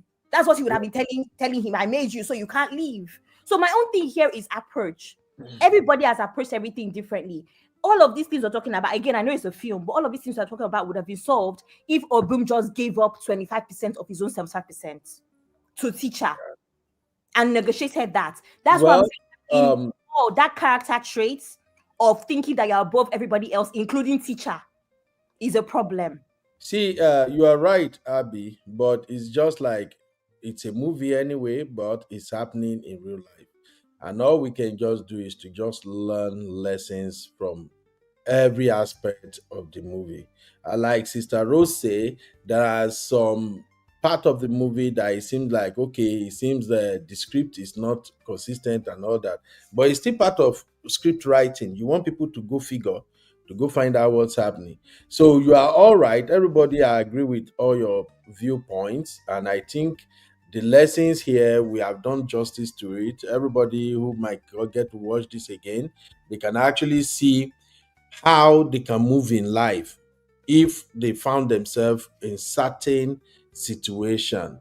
Okay, Obu, Ife. How many names have we given him? Obum, Obuz, Obu. Yeah, Obum is what they know him for. Him, I think, in other movies. Oh, okay. Yeah, yeah. So, like I told you, I've seen him a couple of times before, but I've not ever really watched his movie like that. But that's why I said I was shocked. I didn't know the guy is actually a Netflix rated kind of actor. So I'm impressed. Thank you, everybody. I'm still gonna do another reaction to this same movie, but it will be on Trends Reality, and that is where I'm gonna dive into my Reddit community. I like Reddit. In fact, I love Reddit more than Twitter. Twitter is too rough for me. So if you go on Reddit, I'm gonna share the link at the backstage for those who just want to read comment and just to enjoy the movie further. Let me put this in the backstage now so that I don't forget. I'm gonna share it in the backstage. Go and read comment. You will see opinion and laugh tire. And the one I share in the backstage, the guy who started the thread actually said, To Kill a Monkey, loved the show, hated the main character. He literally he torn if apart. He said, this may be a hot take, but I never saw Ife as a victim. From the beginning, he just struck me as a spineless crybaby. Jesus. He said, like, how are you this consistently useless? And the way he betrayed Oboz after everything the guy did for him, all for nothing. Why would he believe that the teacher, a guy who literally eats people, would ever leave him alone if he was a straight up hypocrite who betrayed every single person he claimed to care about? And he was a consistently terrible decision maker. I'm surprised his wife stayed so long. So the guy also went further and said, I weirdly felt bad for Oboz, even though he was running a whole human trafficking operation. I know, in bracket. He really did take care of his people and built an empire, but nobody around him respected that, not even his own wife. And how the hell did Mo? We didn't talk about Mo today, but she said, and how the hell did Mo not realize her own partner was the mole? Like, there were multiple times where she told only him something and it instantly got leaked. Girl, use your brain. She tested my patient the whole time. Anyway, what do you think about it? Well, I share it in the backstage. I'm also going to share it in the chat now for anybody who want to read that thread. Thank you, all the panelists. I think we did a great job on this one. In fact, the review actually made me enjoy the movie more than the main movie itself. Hey, AB, welcome, Baba, you day. And shout out to Sister Yinka. But overall, I think there are just so many lessons to learn from the movie. I think this movie is about greed, it's about betrayal, and it's about how not to be stupid when we are making decision. And overall, I know people may not like this, but I just want to say this. Sometimes when you are protecting your family, you also need to use your sixth sense while protecting your family. Of all the people in this movie, as we are leaving the studio now, if I ask you, my sweet, beautiful sister, who do you think is the biggest loser in all of this? Of Why course, you FA. laugh now? Of course, FA was the biggest loser. For you, Yeah, for eh? me. Auntie Rose, Sister Rose, I would have to say Efe. I would Effie, have the to say biggest loser. I would say Eh, Efe because it was sad how Abuz ended, but he's in death now. But Efe got to stay alive and live in prison. So to me, I find him to be the biggest loser of everyone. Wow. Abby, how about you? I don't even know. Ah, No, Abby. because I'm guessing if he was also to assume that he's dead now. Oboz also is dead. So the only Oh, yes, person, that's right. Oh, Efe did die. That's true. yeah, Sorry. so they are dead. So what does it matter with anybody that lost? So I'm We, just we, we wondering. can't assume that if he's dead, though. They only shot him. We don't actually see him die. So there may be a second season Oh, coming. please. There I This shouldn't think be a is I second Netflix. think So part. they want I'm us to telling you, assume this is that he's Netflix. dead. Oh, This is shouldn't be Okay, a Netflix. but second. When at the most Netflix see then, a very good movie, they will elongate it, they will pump money into it, and you will see different characters that will come no up. problem. But why I'm saying this is because I mean Kemi did it with King Your Boys, so yeah, possibly. But what I'm Eh, gonna say is, well, the reason why I'm going to assume that he's dead is because that is what Lillian I think by wanted. So I'm guessing that that's why I'm going by that. So I'm trying to think about people that are left alive, right? Stella seems to have gotten a big deal, all the offshore accounts and a divorce, and going to go and start her mhm. life over. The only person I'm unsure of is Lillian.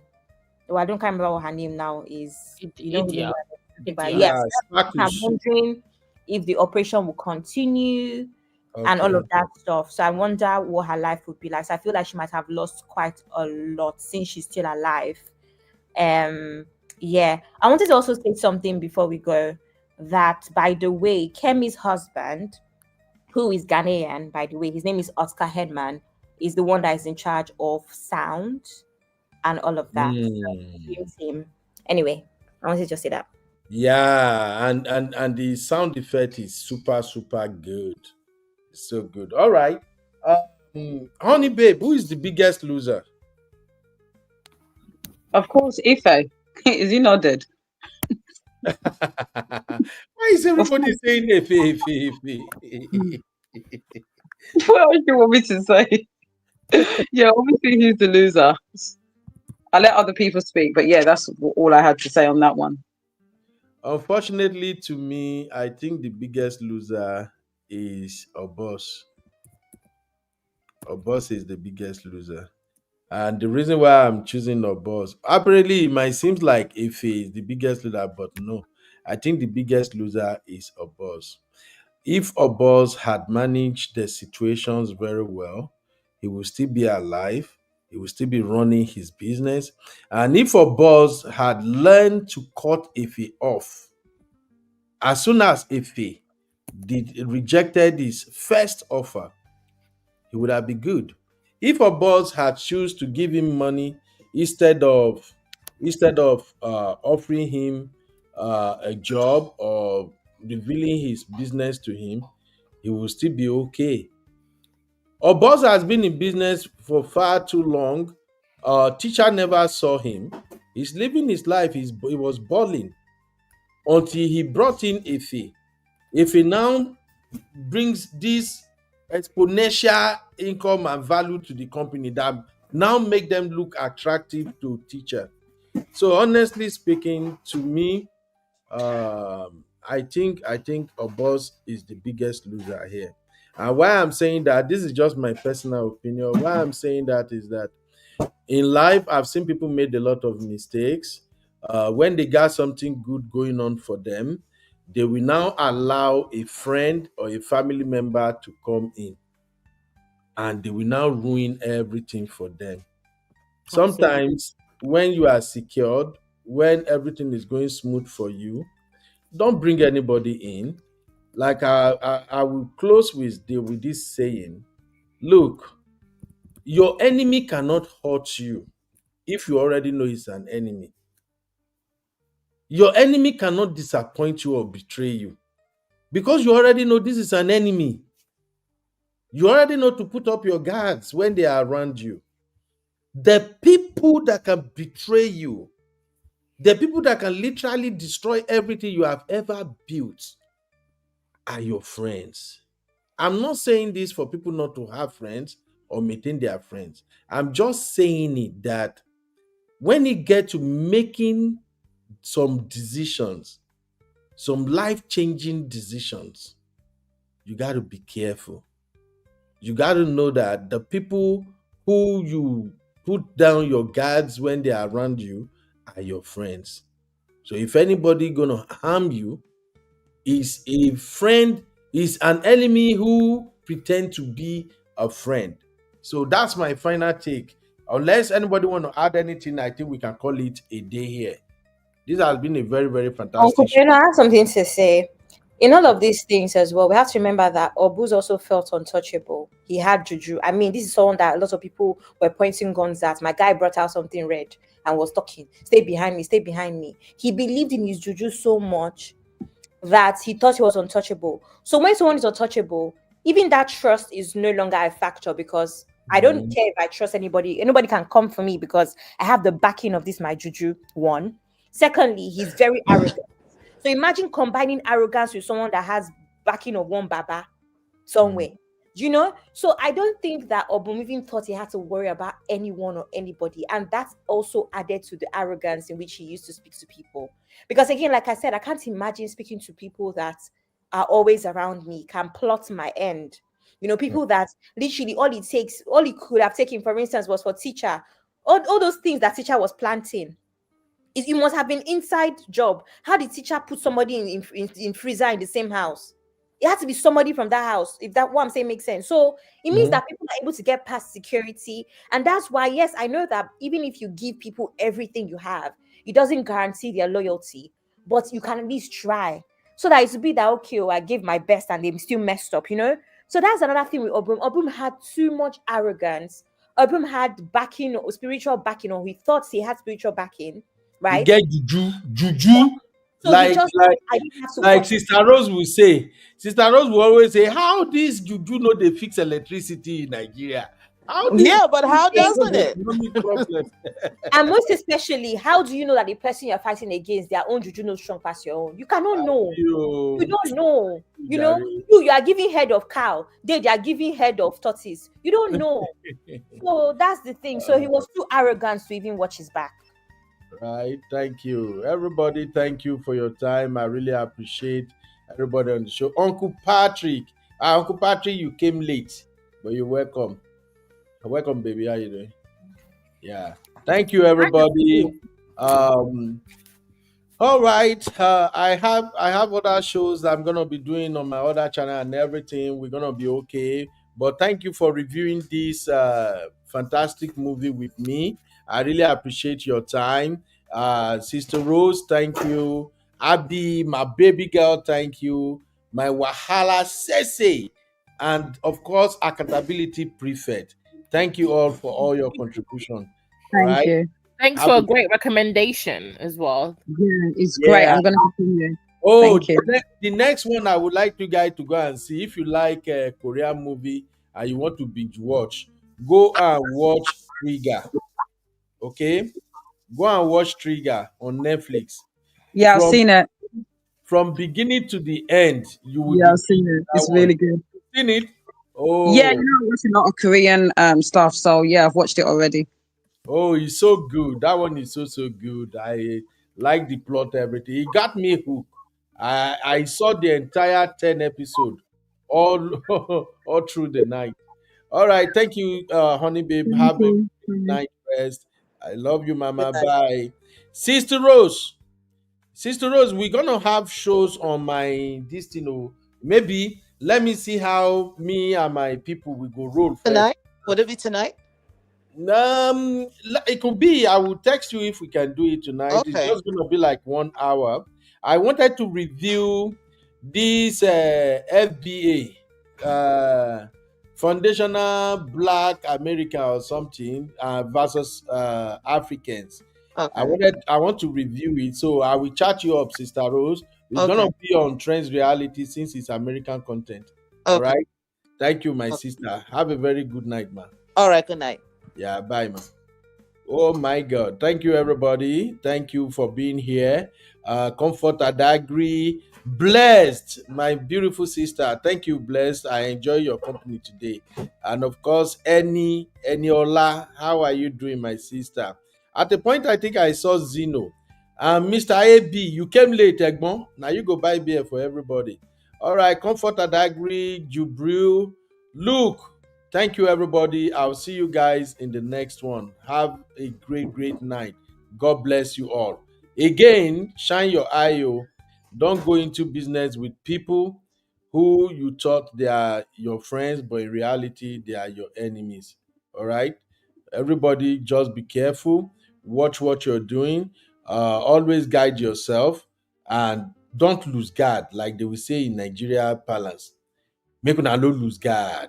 Kasongo ye Mombali nanga Kasongo mbona wewo Songa libala Ogo ye Kasongo mbona wewo Mombali nanga